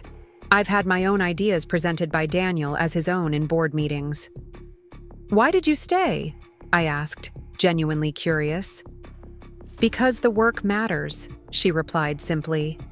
What we're building could transform healthcare data management. I believed that was worth some compromises. She paused, but there should be limits to those compromises. There should, I agreed. I can help with the audit, she offered. I've kept my own records, and I know others who have done the same. People who won't speak up officially but might talk to me. It was the first unambiguous offer of alliance from any executive, and its timing and sincerity suggested it was genuine rather than opportunistic. I would appreciate that, I said. This isn't about punishing Daniel or even changing the past. It's about ensuring MediSync's future is built on truth. Truth is a good foundation, Melissa agreed. Overdue, but good. That evening, as I was preparing to finally leave the office after another 14-hour day, my phone rang with an unknown number. Hesitantly, I answered. Amanda Wilson. A woman's voice, vaguely familiar though I couldn't immediately place it. Yes? This is Rachel Foster, Daniel's mistress, the woman he had been planning his new life with, the one he had told I was just a gold digger riding his success. Rachel, this is unexpected. I know. Her voice was tight, controlled. I need to talk to you, in person. It's important. Every instinct warned against such a meeting. What could she possibly have to say that would be worth my time? And yet, curiosity won out. When and where? Tonight, if possible. Somewhere. Private. Not the office, not your home. We agreed to meet at a small restaurant in a neighboring suburb, unlikely to be frequented by anyone from MediSync or our social circle. I arrived first, selecting a booth in the back corner with a clear view of the entrance. Rachel appeared, exactly on time, scanning the room before approaching my table. In person, without the context of the office, she seemed younger, more vulnerable. Her carefully maintained appearance showed signs of strain, slight shadows under her eyes, tension in her jaw. "Thank you for meeting me," she said, sliding into the booth. "I'll be honest, I'm not sure why I agreed," I replied. "What could we possibly have to discuss?" Rachel placed her phone on the table between us, screen dark. "I've been trying to make sense of everything that's happened. Who to believe? What's true? And I found these yesterday." She activated her phone, opening a folder of screenshots. Messages between Daniel and someone named Jason Kraft from about 6 months ago. I recognized the name immediately. One of Daniel's college friends who had joined MediSync as chief marketing officer 2 years earlier, before departing suddenly for a position with a competitor. Rachel pushed the phone toward me. The messages detailed a plan to gradually transfer MediSync's customer data and proprietary analytics to Jason's new company, allowing them to develop competing products without starting from scratch. Daniel's contributions included information about upcoming features, security vulnerabilities, and client pain points that could be exploited. "Corporate espionage," I murmured, scrolling through message after damning message. He was selling out his own company. "There's more," Rachel said quietly. "Keep going." I continued scrolling until I reached messages that made my blood run cold. Daniel and Jason discussing how to structure the deal, payments routed through offshore accounts, equity in the competitor's parent company, and a future executive position for Daniel once he had wrapped things up with MediSync and the wife. "He was planning to tank his own company," I realized, the pieces falling into place. Transfer the valuable intellectual property elsewhere, cash out through the acquisition, then jump to the competitor with a clean slate. Rachel nodded, her expression grim. Everything you said at that investor meeting, about him transferring patents, preparing to leave you with nothing, it was just the tip of the iceberg. Why are you showing me this? I asked, studying her carefully. She reclaimed her phone, her fingers tightening around it. Because I've been a fool. Because I believed every lie he told me, about you, about the company, about our future together. Because I've spent a year of my life with someone who sees people as disposable assets. The raw pain in her voice was familiar. The same devastation I had felt discovering Daniel's betrayal. How did you get these messages? I asked. Daniel left his laptop open at my apartment last week, right after everything blew up. He was frantically making calls, trying to contain the damage. I saw notifications from Jason popping up, asking what had happened. I was able to access the message history before Daniel realized. I considered the implications of these new revelations. Rachel, these messages are evidence of serious corporate malfeasance beyond what the SEC is currently investigating. I know, she said quietly. That's why I'm here. She pulled a USB drive from her purse and placed it on the table.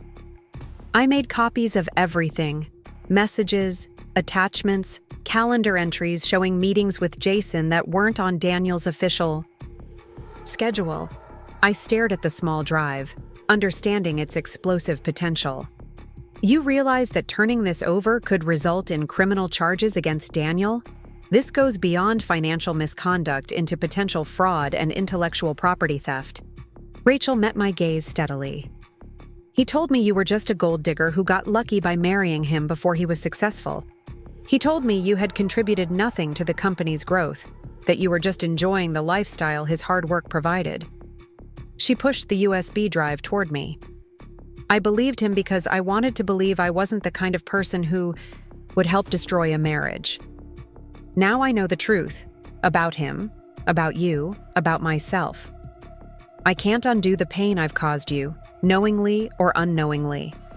But I can help ensure Daniel faces consequences for all his actions, not just the ones related to you.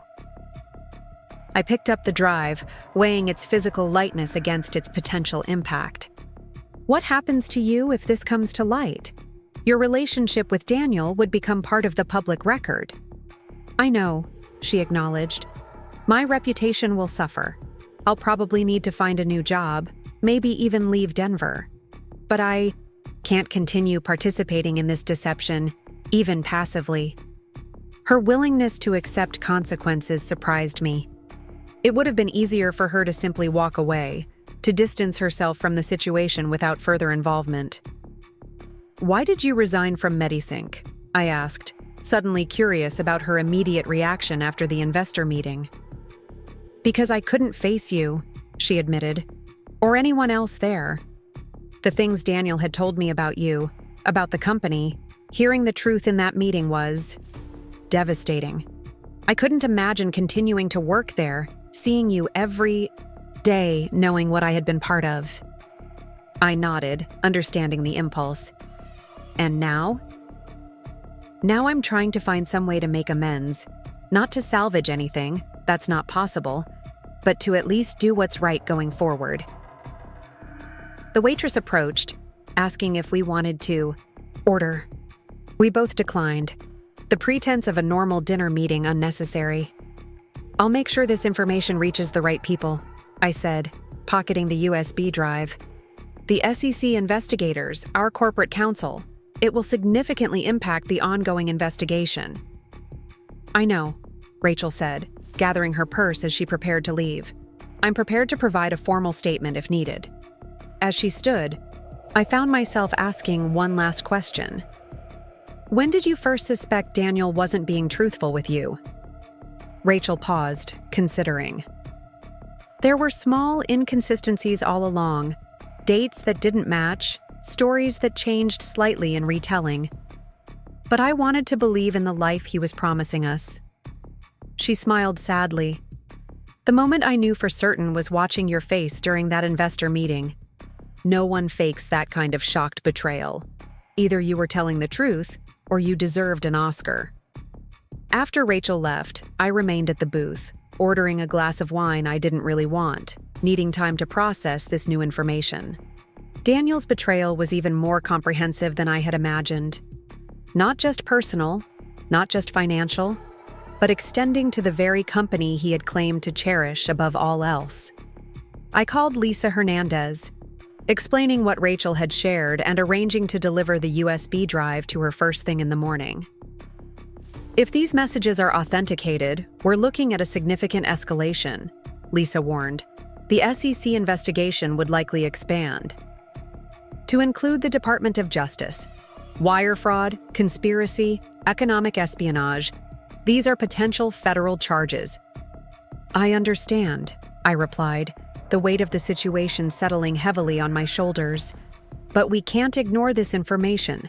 The company, its employees, its customers, they all deserve to know the truth. After finishing the call, I sat quietly, watching other diners enjoying normal evenings, engaged in conversations about everyday matters. How quickly life could transform, revealing that what you believed was solid ground was actually a carefully constructed illusion. My phone buzzed with a text from Daniel. We need to talk. Tomorrow. Important. The timing couldn't be coincidence. Had Rachel told him about our meeting? Or had he somehow discovered that his messages with Jason had been compromised? I didn't respond, knowing any conversation with Daniel now would be manipulative at best, potentially legally compromising at worst. Instead, I paid my bill and drove home, my mind racing with implications of these new revelations. The house was quiet when I arrived, as it had been every night since Daniel moved out. I had once found the silence oppressive. Now it felt like a sanctuary. I poured a proper glass of wine and carried it to the home office that had once been Daniel's domain, but which I had gradually reclaimed, replacing his modern minimalist decor with pieces that reflected my own aesthetic. Sitting at the desk, I opened my laptop and began drafting notes for tomorrow's conversations with the legal team, the SEC investigators, and eventually, the board. Each revelation about Daniel's actions required adjustments to our strategy, to the company's recovery plan, to my own path forward. A notification popped up on my screen, an email from Prime Health's CEO, requesting a meeting to discuss the status of the acquisition in light of recent developments. Despite everything, a small part of me still cared deeply about MediSync's future, about the technology we had built and its potential to improve healthcare delivery. I responded, suggesting a meeting later in the week after I had more complete information to share. The audit would take time, and these new allegations needed to be properly investigated. But transparency with potential partners was essential to rebuilding trust. As I worked, I found myself reflecting on how dramatically my life had transformed in such a short time. A month ago, I had been the supportive wife of a celebrated tech entrepreneur, carefully maintaining my separate career while arranging my life to facilitate his success. I had accepted the background role, convinced that partnership meant one person sometimes stepping back to allow the other to shine.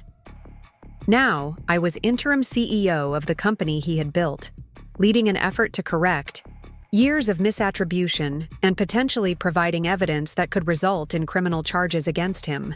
The woman whose contributions he had systematically erased was now determining the future of his legacy.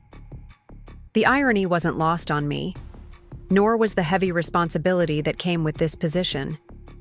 Every decision I made now affected not just my own future, but the livelihoods of 50 employees, the investments of our shareholders, and the healthcare providers who relied on our technology. My phone rang again, Maya calling to check in, her daily ritual since the crisis began. I just met with Rachel, I told her, relaying the stunning new information about Daniel's corporate espionage. Maya whistled low, just when I thought Daniel couldn't sink any lower. He was planning to destroy his own company? Essentially, yes. Extract the valuable assets, cash out through the acquisition, then jump to a competitor with insider knowledge. And you're going to turn this information over to the authorities?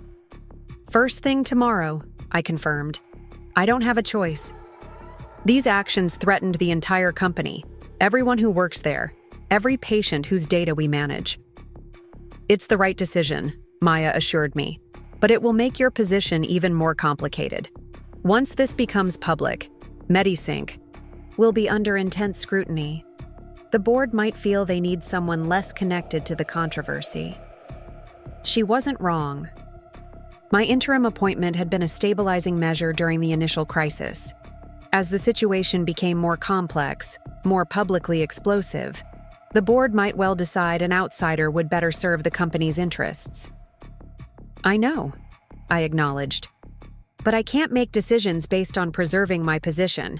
That's exactly what got Daniel into this mess, prioritizing personal gain over corporate integrity.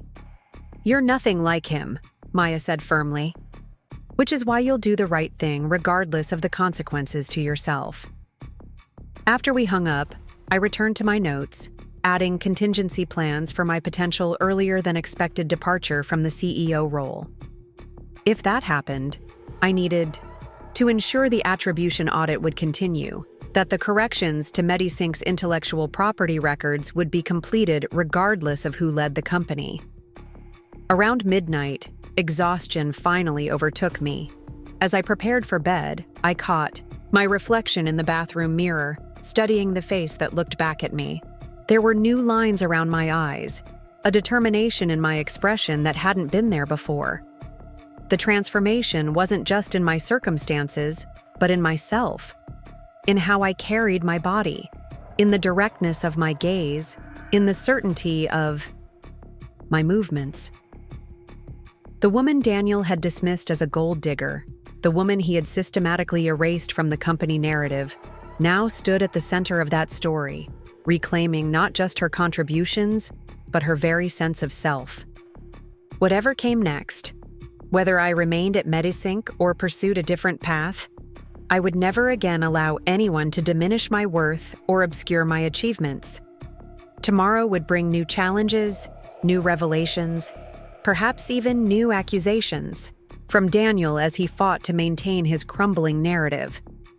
But tonight, in the quiet of the home that was now truly mine, I felt a peace that had eluded me for longer than I cared to admit. The peace that comes from standing firmly in one's own truth, regardless of the storms that truth might unleash. Morning arrived with the kind of clarity that follows life-altering decisions. I had slept surprisingly well, despite the weight of what awaited me. I dressed with particular care, a charcoal suit that projected authority without ostentation, simple pearl earrings that had belonged to my grandmother, the woman whose inheritance had funded MediSync's beginnings. Lisa Hernandez was waiting in her office when I arrived, coffee already prepared. Her expression was grave as I handed over the USB drive Rachel had provided. I had our cybersecurity team do a preliminary review last night, I explained, as she connected the drive to a secure computer. The messages appear authentic. Timestamps, metadata, contextual references all align with known events. Lisa nodded, scanning through the files with practiced efficiency. These go well beyond financial misconduct, she confirmed.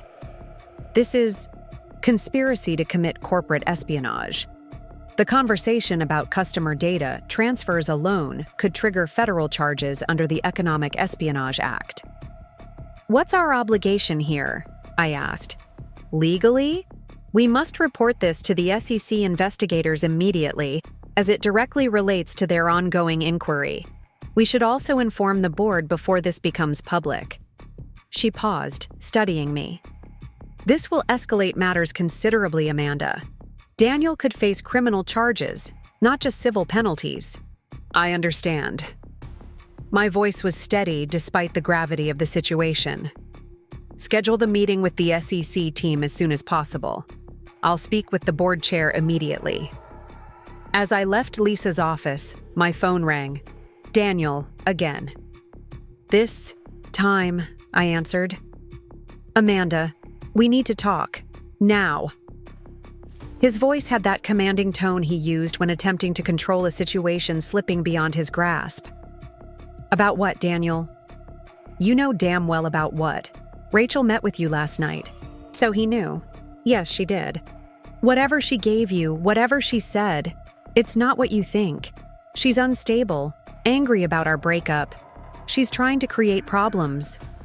The familiar strategy, discredit the woman, question her mental stability, suggest emotional motives for her actions.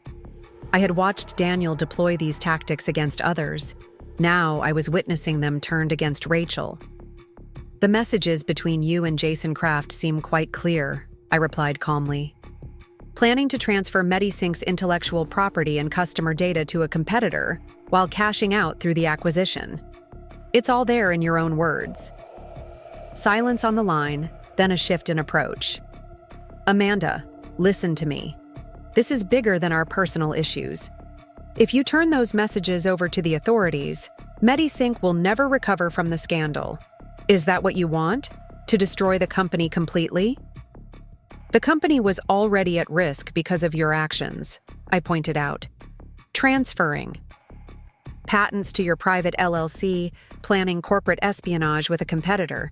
You were dismantling MediSync piece by piece while pretending to lead it. Those were contingency plans, nothing more. Discussions that never led to action.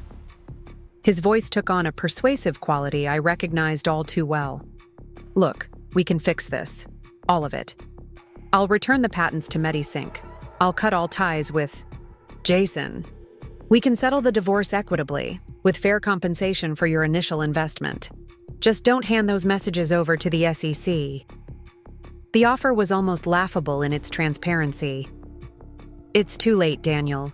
The information has already been reviewed by corporate counsel and our cybersecurity team.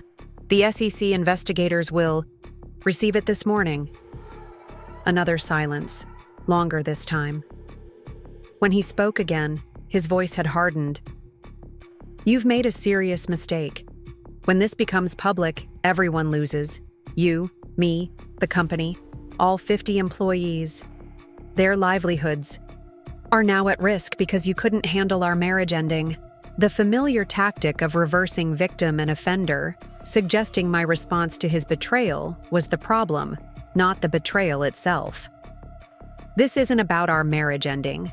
This is about your systematic financial fraud, intellectual property, theft, and corporate espionage. Actions have consequences, Daniel, even for celebrated tech founders. You'll regret this, he said quietly before ending the call. I took a moment to steady myself before calling Robert Chen, the board chair. The conversation was brief but intense. Robert, a seasoned venture capitalist who had led MediSync's Series B funding round, listened in stunned silence as I outlined what Rachel had revealed. Jesus, he muttered when I finished. Just when we thought we'd seen the worst of it. How solid is this evidence? Preliminary review suggests it's authentic. Our legal team is meeting with the SEC investigators this morning. I wanted you to know before that occurs. I appreciate the heads up. He sighed heavily. The board meets tomorrow anyway. We'll need to discuss contingency plans if criminal charges are filed. This could impact everything. Customer relationships, the Prime Health negotiations, public perception. I know, I acknowledged. It's why I've accelerated the intellectual property audit and begun discussions with key customers about our commitment to ethical business practices moving forward. You've handled this crisis admirably, Amanda, Robert said unexpectedly. Many interim CEOs would have focused solely on keeping the lights on until a permanent replacement was found. You've tackled the underlying issues head-on. MediSync deserves nothing less, I replied. The technology is valuable. The team is talented. With proper leadership and transparency, the company can overcome this. After ending the call, I headed to the office, mentally preparing for the day ahead. Ellen met me at the elevator with an expression that immediately set me on alert. What's happened? I asked as we walked toward my office. Daniel is here, she said quietly. He arrived about 20 minutes ago and has been meeting with Vince and several senior developers in the conference room. Daniel in the building despite being on administrative leave. Meeting with the CTO and technical staff without authorization. Has security been notified that he's on premises? Yes, but they seemed unsure about whether to intervene. He is still technically an employee, just on leave. I nodded, understanding their hesitation. Please call Lisa Hernandez and ask her to come to MediSync immediately. Then find Melissa and ask her to meet me outside the conference room. I took a moment in my office to gather my thoughts, then headed toward the conference room. Melissa was already waiting, her expression concerned. Daniel called an urgent technical review session, she explained in a low voice. Told Vince it was approved by the board to address critical issues with the platform before the Prime Health technical assessment. And Vince believed that? Vince wants to believe it, Melissa corrected. He's been Daniel's right hand for years. The idea that Daniel might have been betraying the company is difficult for him to accept. I nodded, understanding. Many employees were still processing the revelations of the past weeks, reconciling. The charismatic leader they had followed with the person revealed through the investigations. What do you think they're doing in there? I asked. Melissa's expression darkened. Given what you've told me about the Rachel situation, I'm concerned they might be attempting to access or alter systems related to the customer data Daniel allegedly discussed transferring. The implication was chilling. Daniel could be trying to destroy evidence of his plans with Jason Kraft, or worse, actually executing those plans under the guise of a technical review. We need to interrupt this meeting now, I decided. Are you with me? Absolutely, Melissa confirmed. We entered the conference room without knocking. The scene inside confirmed our worst fears. Laptops open to system administration panels, screens displaying customer databases and proprietary analytics engines. Daniel looked up, his expression shifting from surprise to calculated composure. Amanda, this is unexpected. No more unexpected than finding you on company premises conducting unauthorized system access while on administrative leave, I replied evenly. This meeting ends now. Everyone except Daniel, please return to your workstations. The developers exchanged uncertain glances, looking between Daniel and me, clearly torn between conflicting loyalties. This is a critical technical review, Daniel countered smoothly. The Prime Health technical assessment is scheduled for next week. We need to ensure our systems are optimized and secure. Any legitimate technical preparations can be conducted under Vince's supervision without your involvement, I stated firmly. Your system access privileges have been suspended during your administrative leave, a standard security protocol that appears to have been overridden. Vince had the grace to look uncomfortable. Daniel wrote most of the original code. We needed his expertise to address some legacy integration issues. That's a matter for the authorized technical leadership to address, I replied. Not for someone currently under investigation for intellectual property theft and corporate espionage. The room went utterly silent. Several developers visibly recoiled at this direct reference to the allegations against Daniel. Everyone out, Melissa ordered, her tone leaving no room for argument. Return to your regular work areas. Vince, please, remain. Reluctantly, the technical team gathered their belongings and filed out. Daniel remained seated, a dangerous smile playing at the corners of his mouth. Corporate espionage? That's quite an escalation from financial misconduct, Amanda. Careful with such inflammatory language. It could be considered defamatory. The evidence speaks for itself, I replied. Your messages with Jason Kraft have been turned over to the SEC and our corporate counsel. Daniel's smile faltered slightly. What messages? The ones where you plan to transfer MediSync's customer data and analytics to Jason's new company while cashing out through the acquisition. The ones where you discussed offshore payments and equity arrangements, the ones that could result in federal charges. Vince looked between us, confusion giving way to dawning comprehension. What is she talking about, Daniel? Nothing of consequence, Daniel dismissed. Another desperate attempt to... We have the messages, Daniel, I interrupted. All of them. Rachel provided copies last night. Our cybersecurity team has verified their authenticity. I turned to Vince. As CTO, you need to immediately audit all system access since Daniel was placed on leave, identify any data transfers or alterations, and secure all technical assets. Lisa Hernandez is on her way to provide legal guidance. Vince nodded, visibly shaken. I'll start right away. He left quickly, not meeting Daniel's gaze. Left alone with Daniel and Melissa, I faced my husband directly. Security will escort you from the building. Your access to all MediSync systems has been terminated effective immediately. Any further attempts to access company property or systems will be reported to the authorities as potential evidence tampering. Daniel stood slowly, his composed facade cracking to reveal the anger beneath. This isn't over, Amanda. You've overplayed your hand. Actually, I think it is over, I contradicted calmly. The board meets tomorrow to discuss your permanent removal as CEO and the criminal referrals that will likely follow the SEC investigation. MediSync will continue without you, with proper attribution for all who contributed to its success. As security officers appeared at the door, Daniel gathered his belongings with deliberate slowness. You know, I almost admire this transformation, he said quietly. The dutiful wife suddenly revealing such ruthless ambition. I didn't think you had it in you. It's not ambition, Daniel. It's justice. And the only reason it surprises you is that you never bothered to see me clearly. You were too busy crafting your own mythology. As security escorted him away, Melissa turned to me with newfound respect. That couldn't have been easy. Actually, it was, I realized. Possibly the easiest confrontation I've had with Daniel in years, because for once I wasn't trying to accommodate his ego or preserve his image. I was simply speaking truth. The remainder of the day passed in a blur of activity. Lisa Hernandez arrived to coordinate with our cybersecurity team, documenting everything accessed during Daniel's unauthorized visit.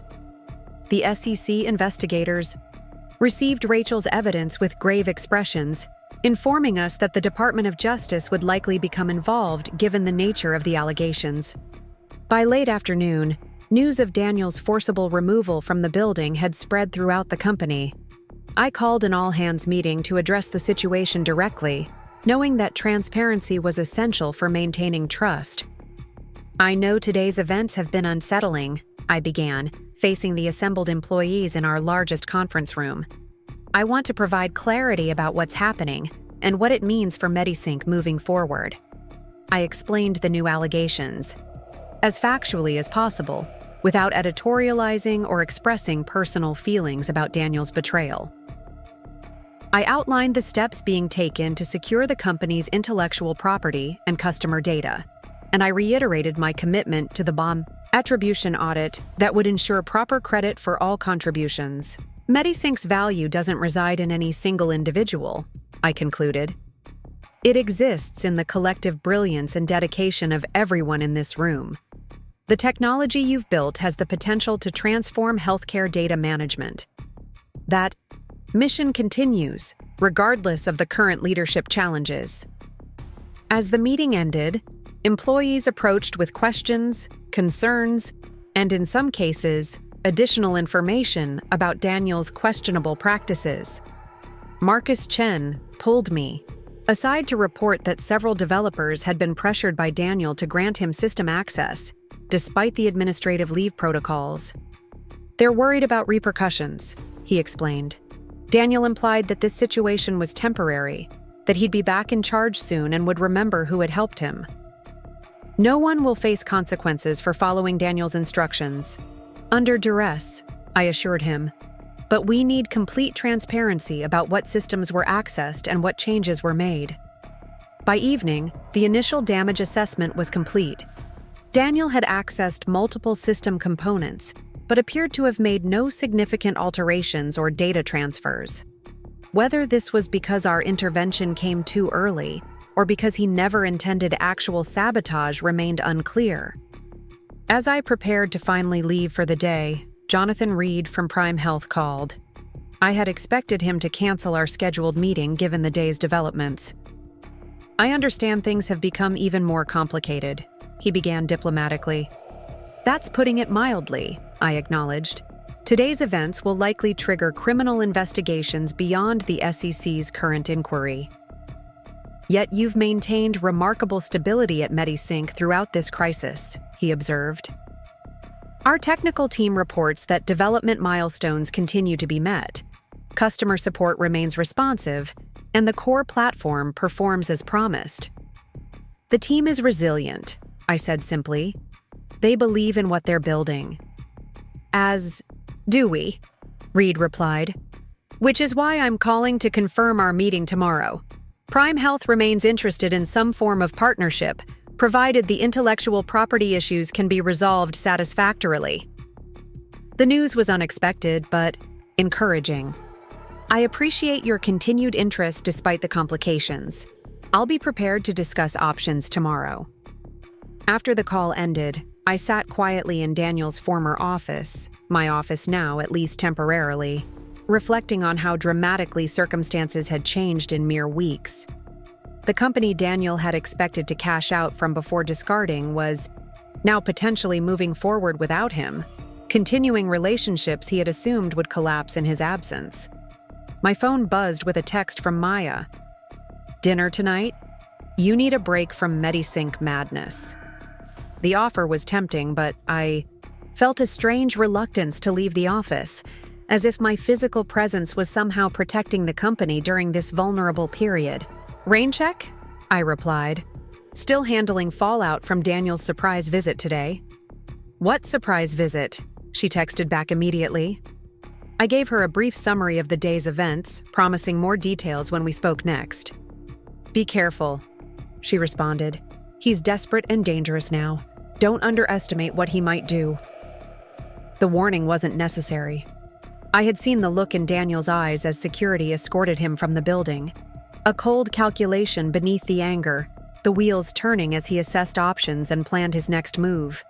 Daniel, without his carefully maintained public persona, was a person I barely recognized, yet one I now understood all too well. As if summoned by these thoughts, Ellen appeared at my door. Ms. Wilson, there's a situation you should be aware of. What now? I asked, mentally bracing for another crisis. Several reporters are calling. Apparently Daniel has given interviews, claiming he's the victim of a vindictive ex-wife who's attempting a hostile takeover of his company. So it had begun, the public relations counteroffensive I had anticipated. Which outlets? Local business press, TechWire, and he's scheduled for a segment on Denver Business Tonight at 9. I nodded, unsurprised by the strategy. Daniel was taking his case to the court of public opinion, attempting to shape the narrative before the full extent of his actions became known. Has our PR team drafted the holding statement I requested? I asked. Yes, it's ready for your review. I spent the next hour refining the company's official response, a measured statement acknowledging the ongoing investigations, expressing confidence in their resolution, and reaffirming MediSync's commitment to its customers, employees, and technology mission. The statement deliberately avoided personal attacks on Daniel while clearly contradicting his characterization of events. As I worked, my phone continued to buzz with media requests, which I directed to our communications team. Several friends and former colleagues also reached out, having seen Daniel's initial interviews appearing online. Is it true? Texted. Sonia, a fellow investment banker I'd worked with for years. Daniel's claiming you manipulated financial records to seize control of MediSync. Not remotely, I replied. The SEC investigation will establish the facts. Another message arrived from my sister in Chicago. Daniel's on TechWire claiming you had a breakdown when he asked for divorce. Mom's worried. What's happening? The personal nature of Daniel's attacks shouldn't have surprised me, yet somehow it still stung. He was deploying the oldest strategy in the playbook: discredit the woman by questioning her mental stability, portray legitimate business concerns as emotional overreaction, recast justifiable anger as hysteria. I called my sister directly, needing to hear a friendly voice amid the gathering storm. "It's not true, Lisa," I said when she answered. "Not any of it." "I never thought it was," she assured me. "But Mom's freaking out after seeing that interview. He was very convincing, talking about how concerned he's been about your mental health, how he tried to handle the divorce privately to protect you." The familiar anger rose, but I pushed it aside. "Can you explain to Mom that this is Daniel's attempt to distract from his own misconduct? The SEC is investigating him for financial fraud, and potentially worse. There's documented evidence." "I'll try," Lisa promised. "But you know how Mom is. She still believes everything she sees on TV. Maybe you should do your own interview. Tell your side." "I can't," I explained. "As interim CEO, I have to put the company's interests first. Getting into a public mudslinging match with Daniel would only damage MediSync further." After ending the call, I returned to polishing the company statement, ensuring it provided necessary facts without emotional language. The contrast between my measured approach and Daniel's personal attacks would speak volumes to those paying attention. Around 8, Melissa knocked on my office door. "You should go home," she advised. "The cybersecurity team has things under control and you look exhausted." "I need to see Daniel's TV interview," I replied. "Denver business tonight at 9. "You can watch that from home," she pointed out reasonably, "and decide how to respond in the morning after a proper night's sleep." She was right, of course. Sitting in the office waiting for Daniel's next move wasn't productive or necessary. "All right," I conceded, "but I'll be available by phone if anything urgent arises." The drive home felt surreal, the familiar route now lined with electronic billboards displaying business headlines, several featuring Daniel's name and face. The story was breaking beyond financial circles into mainstream local news. The celebrated tech founder facing serious allegations, the dramatic leadership change at a promising startup. At home, I changed into comfortable clothes and poured a glass of wine, steeling myself to watch Daniel's television appearance. Denver Business Tonight was a respected local program focusing on the region's business community. The host, Martina Diaz, had a reputation for tough but fair interviews. Daniel appeared on screen looking appropriately subdued yet dignified, the concerned executive addressing a difficult situation with reluctant transparency. His designer suit was impeccable, his expression earnest as Martina introduced the segment about turmoil at one of Denver's most promising tech startups. "Daniel, thank you for joining us during what must be a challenging time," Martina began. "Thank you for having me, Martina. I felt it was important to address some misconceptions about what's happening at MediSync. Let's start with the basics," she continued. "You've been placed on administrative leave pending an SEC investigation into financial irregularities. Can you explain the nature of these allegations?" Daniel nodded gravely. "There's an ongoing regulatory review of certain patent filings and company restructuring that occurred last year. I'm cooperating fully with the investigation and confident it will show all actions were taken with proper legal guidance and board approval." The careful phrasing, regulatory review instead of investigation, patent filings, instead of unauthorized transfers, proper legal guidance, without mentioning that no such guidance existed, was classic Daniel. Technical truths arranged to create a misleading impression. "Your wife, Amanda Wilson, has been appointed interim CEO," Martina noted. "Some have suggested this represents a conflict of interest given your ongoing divorce proceedings." Daniel's expression shifted to one of pained concern. This is difficult to discuss publicly, but yes, that appointment has complicated matters. Considerably. Amanda and I are going through a personal separation that has, unfortunately, spilled over into company operations. Are you suggesting the SEC investigation is related to your divorce? I would never want to make such a direct claim, Daniel replied, the picture of reluctant candor. But the timing is certainly noteworthy. The allegations emerged shortly, after I informed Amanda of my desire to end our marriage. I felt a surge of anger at this blatant reversal of chronology. The transfer of patents to his Wyoming LLC had occurred months before our separation, part of his carefully orchestrated exit strategy. These are serious allegations, Daniel, Martina pressed. Sources indicate the investigation involves potential misappropriation of company assets and unauthorized transfer of intellectual property. Daniel's response was practiced concern. Medisync, like any startup, has gone through various structural changes as we've grown. Patent registrations have been updated, ownership structures refined. These are normal business operations that have been mischaracterized in the context of personal disputes. You founded Medisync 8 years ago, Martina continued. How would you characterize your wife's role in the company? Amanda has been a supportive spouse throughout Medisync's development, Daniel replied carefully. She had a successful banking career while I built the company from an idea into what it is today. She made an initial investment in the very early days, for which she was compensated as the company grew.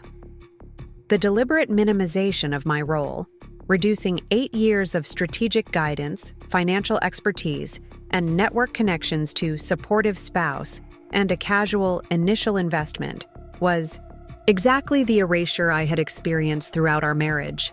Yet financial records apparently show this initial investment constituted the entire seed funding that launched Medisync, Martina countered. And sources indicate she was extensively involved in business development and strategy throughout the company's growth. Daniel's smile tightened slightly. Early startup financing is often complex, with various contributors. My technical expertise and vision were the driving forces behind Medisync's success. Amanda's banking background was certainly useful at times, but characterizing her as a co-founder or equal partner in building the company is simply not accurate. The interview continued with Daniel masterfully walking the line between expressed concern for my well-being and subtle undermining of my credibility. He portrayed himself as the reasonable party attempting to navigate a difficult personal situation while protecting the company he had built.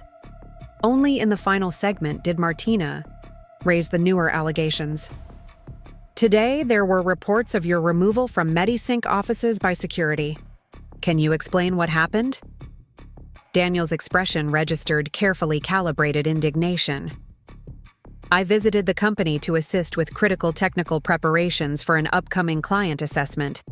Despite being on administrative leave, I remain the person most knowledgeable about Medisync's core architecture.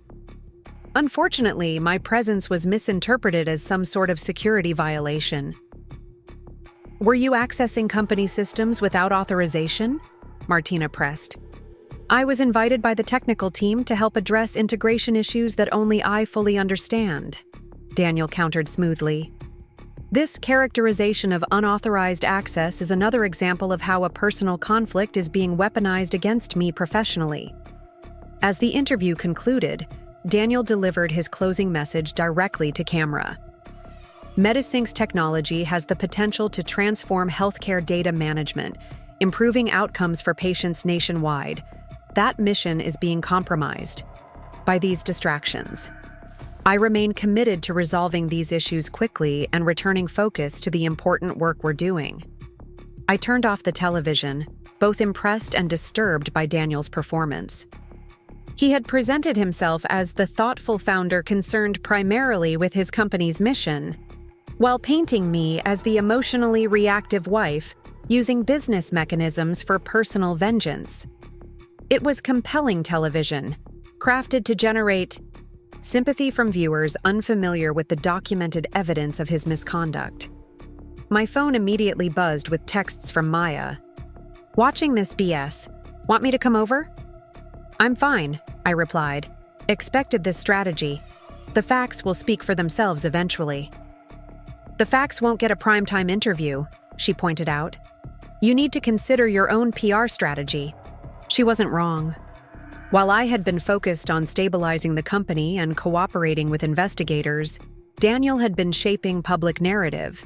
His version, the visionary founder victimized by a vindictive ex-wife, was already gaining traction in local business circles and tech forums, but engaging in a public relations battle would only further damage Medisync, turning serious governance and legal issues into perceived marital drama. The company deserved better than to become collateral damage in a war of competing narratives. I called Lisa Hernandez for guidance. "I've just watched Daniel's interview," I explained. "He's positioning this as a personal vendetta related to our divorce rather than legitimate business concerns." "Not unexpected," Lisa replied. "It's a classic deflection strategy when facing serious allegations. The good news is that public perception doesn't affect the SEC investigation or potential criminal referrals. The evidence speaks for itself. But it does affect Medisync's reputation, customer relationships, and employee morale," I pointed out. "True," Lisa acknowledged, "which is why we need to focus on facts, not personalities.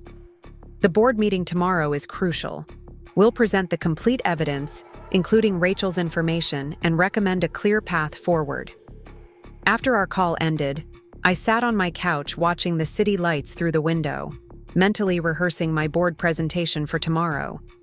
This would be the pivotal moment, when Medisync's direction would be decided, when Daniel's future involvement would be determined, when my own role in the company's path forward would become clear. My phone rang again. Robert Chen, the board chair. "I just watched Daniel's interview," he said without preamble.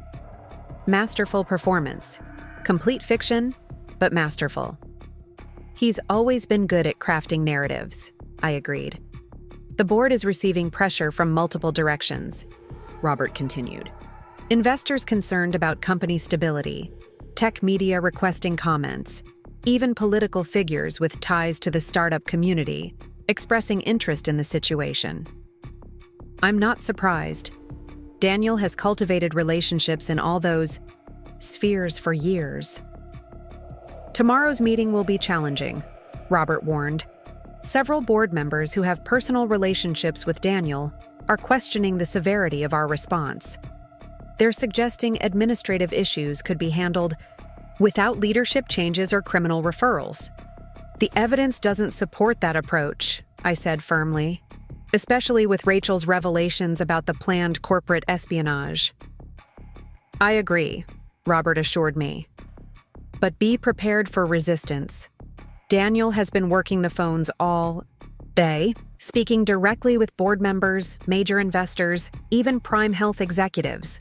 After we hung up, I felt a familiar anxiety rising, the sense of forces aligning against me, of Daniel's narrative gaining traction despite the documented evidence.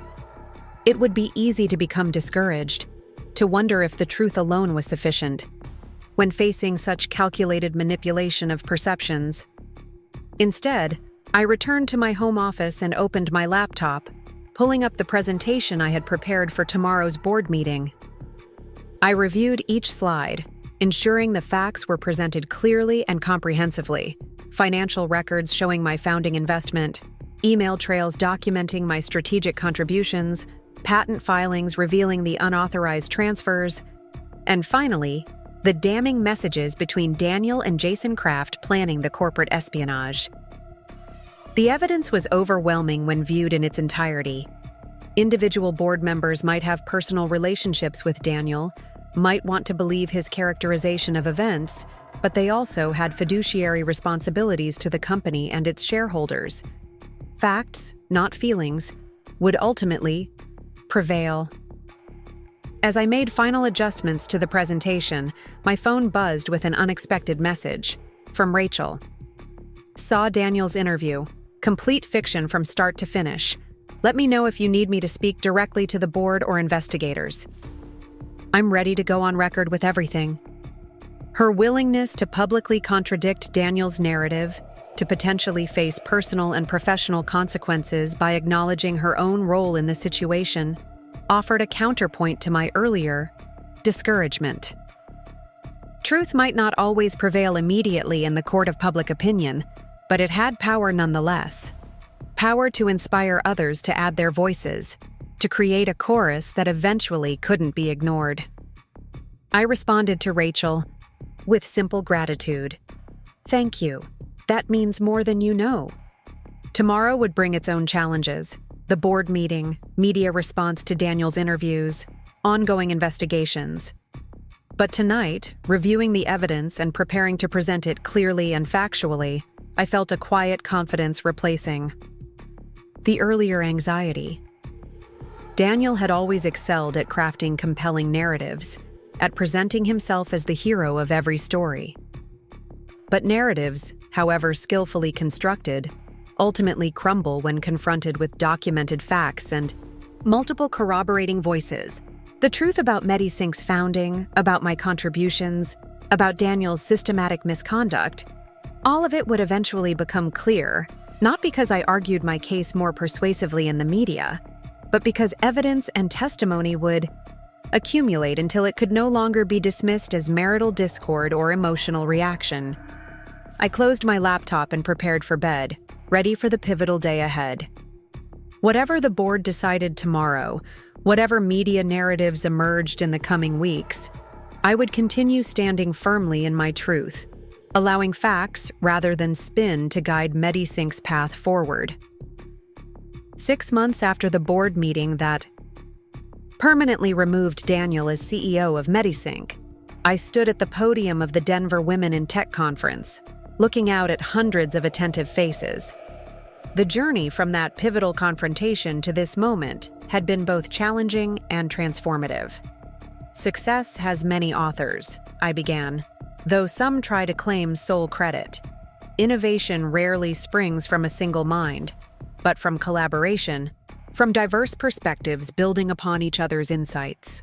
This is the truth about technology that the myth of the solo genius founder often obscures. The audience nodded in recognition.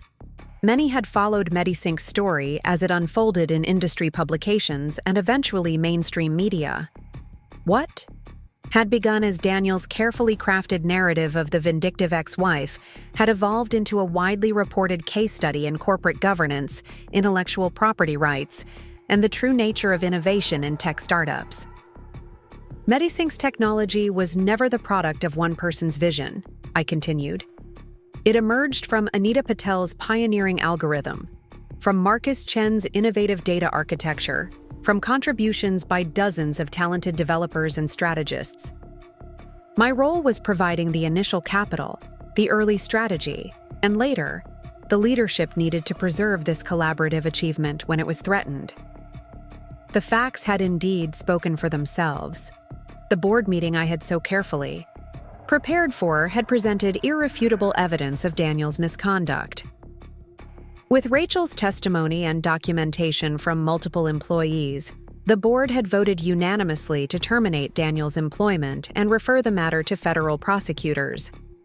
The Department of Justice investigation was still ongoing, but Daniel had already reached a settlement with the SEC, agreeing to significant financial penalties and a 5-year ban from serving as an officer or director of any public company. More serious charges related to the planned corporate espionage remained under review. MediSync itself had not just survived, but thrived in the aftermath. The intellectual property audit had restored proper attribution for key innovations, with financial compensation for those whose contributions had been inappropriately credited to others. The Prime Health acquisition had proceeded with revised terms, recognizing the company's actual ownership structure and intellectual property status. I had stepped down as CEO 3 months ago, once the company had stabilized and a permanent leader had been selected, Melissa Herrera, whose operational excellence and ethical leadership had proven invaluable during the crisis. I remained on the board, focusing my energy on a new venture, a fund specifically designed to invest in collaborative innovations with transparent attribution and governance structures. The myth of the solo founder serves certain narratives we've collectively embraced, I told the audience. It's cleaner, simpler than acknowledging the messy reality of how innovation actually happens. But this simplification comes at a cost: invisibility. For many contributors, particularly women and minorities whose work is essential but often uncredited. As I spoke, I caught sight of Anita Patel in the third row, nodding in agreement. Our professional relationship had evolved into friendship as we worked together to properly document her contributions to MediSync's core technology. She had recently launched her own healthcare AI startup, with my fund as an early investor. Maya sat beside her, offering a subtle thumbs up as I continued my address. Her unwavering support throughout the ordeal had been essential to my resilience.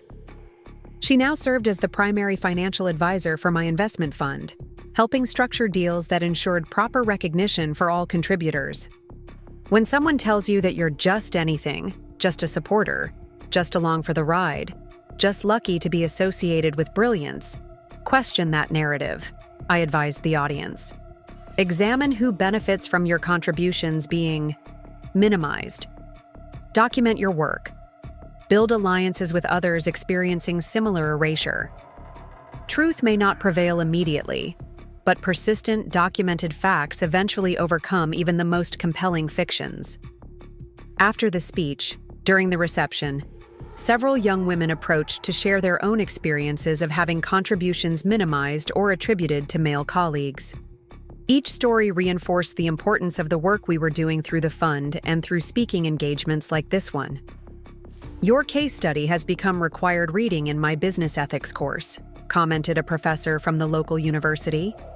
It illustrates so many critical issues: intellectual property rights, founder mythology, gender dynamics in tech. I smiled, still finding it somewhat surreal that my personal experience had become an educational tool. I hope it helps your students recognize similar patterns before they become entrenched. As the reception wound down, I checked my phone to find a text from Lisa Hernandez. DOJ announcement coming tomorrow. Criminal charges filed against Daniel and Jason Kraft. Thought you should know first. I absorbed this news with a complex mixture of emotions, vindication, certainly, but also a certain sadness for what might have been had Daniel chosen a different path. The company we had built together could have genuinely transformed healthcare data management while acknowledging all who contributed to its success. Instead, his need to be the sole hero of the story had ultimately cost him everything. Amanda. Wilson. A young woman approached hesitantly. I just wanted to say thank you. I've been the invisible founder in my startup for 2 years. After hearing about your experience, I finally demanded proper recognition last month. It's changed everything. These moments, connecting with others who had found courage through my story, made the painful journey worthwhile. What Daniel had intended as devastating betrayal had instead become a platform for addressing systemic issues affecting countless women in technology and business. Later that evening, I met Maya and Anita for dinner at a small restaurant away from the conference venue. We were celebrating both the successful presentation and Anita's recent acquisition of a significant healthcare contract for her new company. To women who refuse to be erased, Maya proposed, raising her glass in a toast. And to proper attribution for all contributions, Anita added. I raised my glass to join them, reflecting on how different my life looked now compared to a year. The divorce had been finalized, the house sold, my professional identity completely transformed from investment banker to startup investor, an advocate for collaborative innovation. Have you heard from Daniel at all? Anita asked carefully. Not directly, I replied. His attorney contacted mine last month to explore additional settlement options before the DOJ announcement, but nothing came of it. And Rachel? Maya inquired. She's doing well, actually. Relocated to Boston, working for a healthcare marketing firm. We exchange occasional texts. The unlikely alliance that had formed between us had evolved into a distant but respectful connection, united by the shared experience of Daniel's manipulation. As we enjoyed our meal, conversation shifted from the past to future plans, Anita's technology roadmap, Maya's expansion of her financial advisory practice, my growing investment fund. None of us defined ourselves in relation to Daniel anymore. He had become a footnote in our stories rather than the central figure he had always assumed himself to be. Walking home later that night, I passed a tech magazine on a newsstand with MediSync mentioned in a headline about innovative healthcare platforms. The company continued its important work, now with proper recognition for all contributors. The technology that could improve healthcare delivery was reaching the patients who needed it, untainted by the founder mythology that had nearly destroyed everything. In my apartment, I prepared for the next day's meetings with potential fund investors. On my desk sat the small award I had received at today's conference: Recognition for Advocacy in Proper Attribution for Innovation. Beside it was a framed photo of my grandmother, whose inheritance had launched MediSync and whose wisdom now guided my investment philosophy. Money reveals character, she had often told me. It doesn't change who people are. It simply amplifies what was already there. Daniel's character had indeed been revealed through his rise to wealth and acclaim, the systematic erasure of others' contributions, the belief that success entitled him to discard those who had helped build it, the willingness to destroy what he couldn't solely possess. But my character had been revealed as well. Resilience I hadn't known I possessed, courage to stand in uncomfortable truths, commitment to principles beyond personal gain. The woman Daniel had dismissed as just a gold digger had emerged stronger for the crucible of betrayal, not despite it, but because of what it had demanded from me. Tomorrow would bring new challenges, the public reaction to the criminal charges, fresh opportunities for the fund, continuing advocacy for collaborative attribution. But tonight, in the quiet of my own space, I felt a profound gratitude for the journey that had led here. Not the path I would have chosen, but ultimately the one that had revealed my truest self. Up next, you've got 2 more standout stories, right on your screen. If this one hit the mark, you won't want to pass these up. Just click and check them out.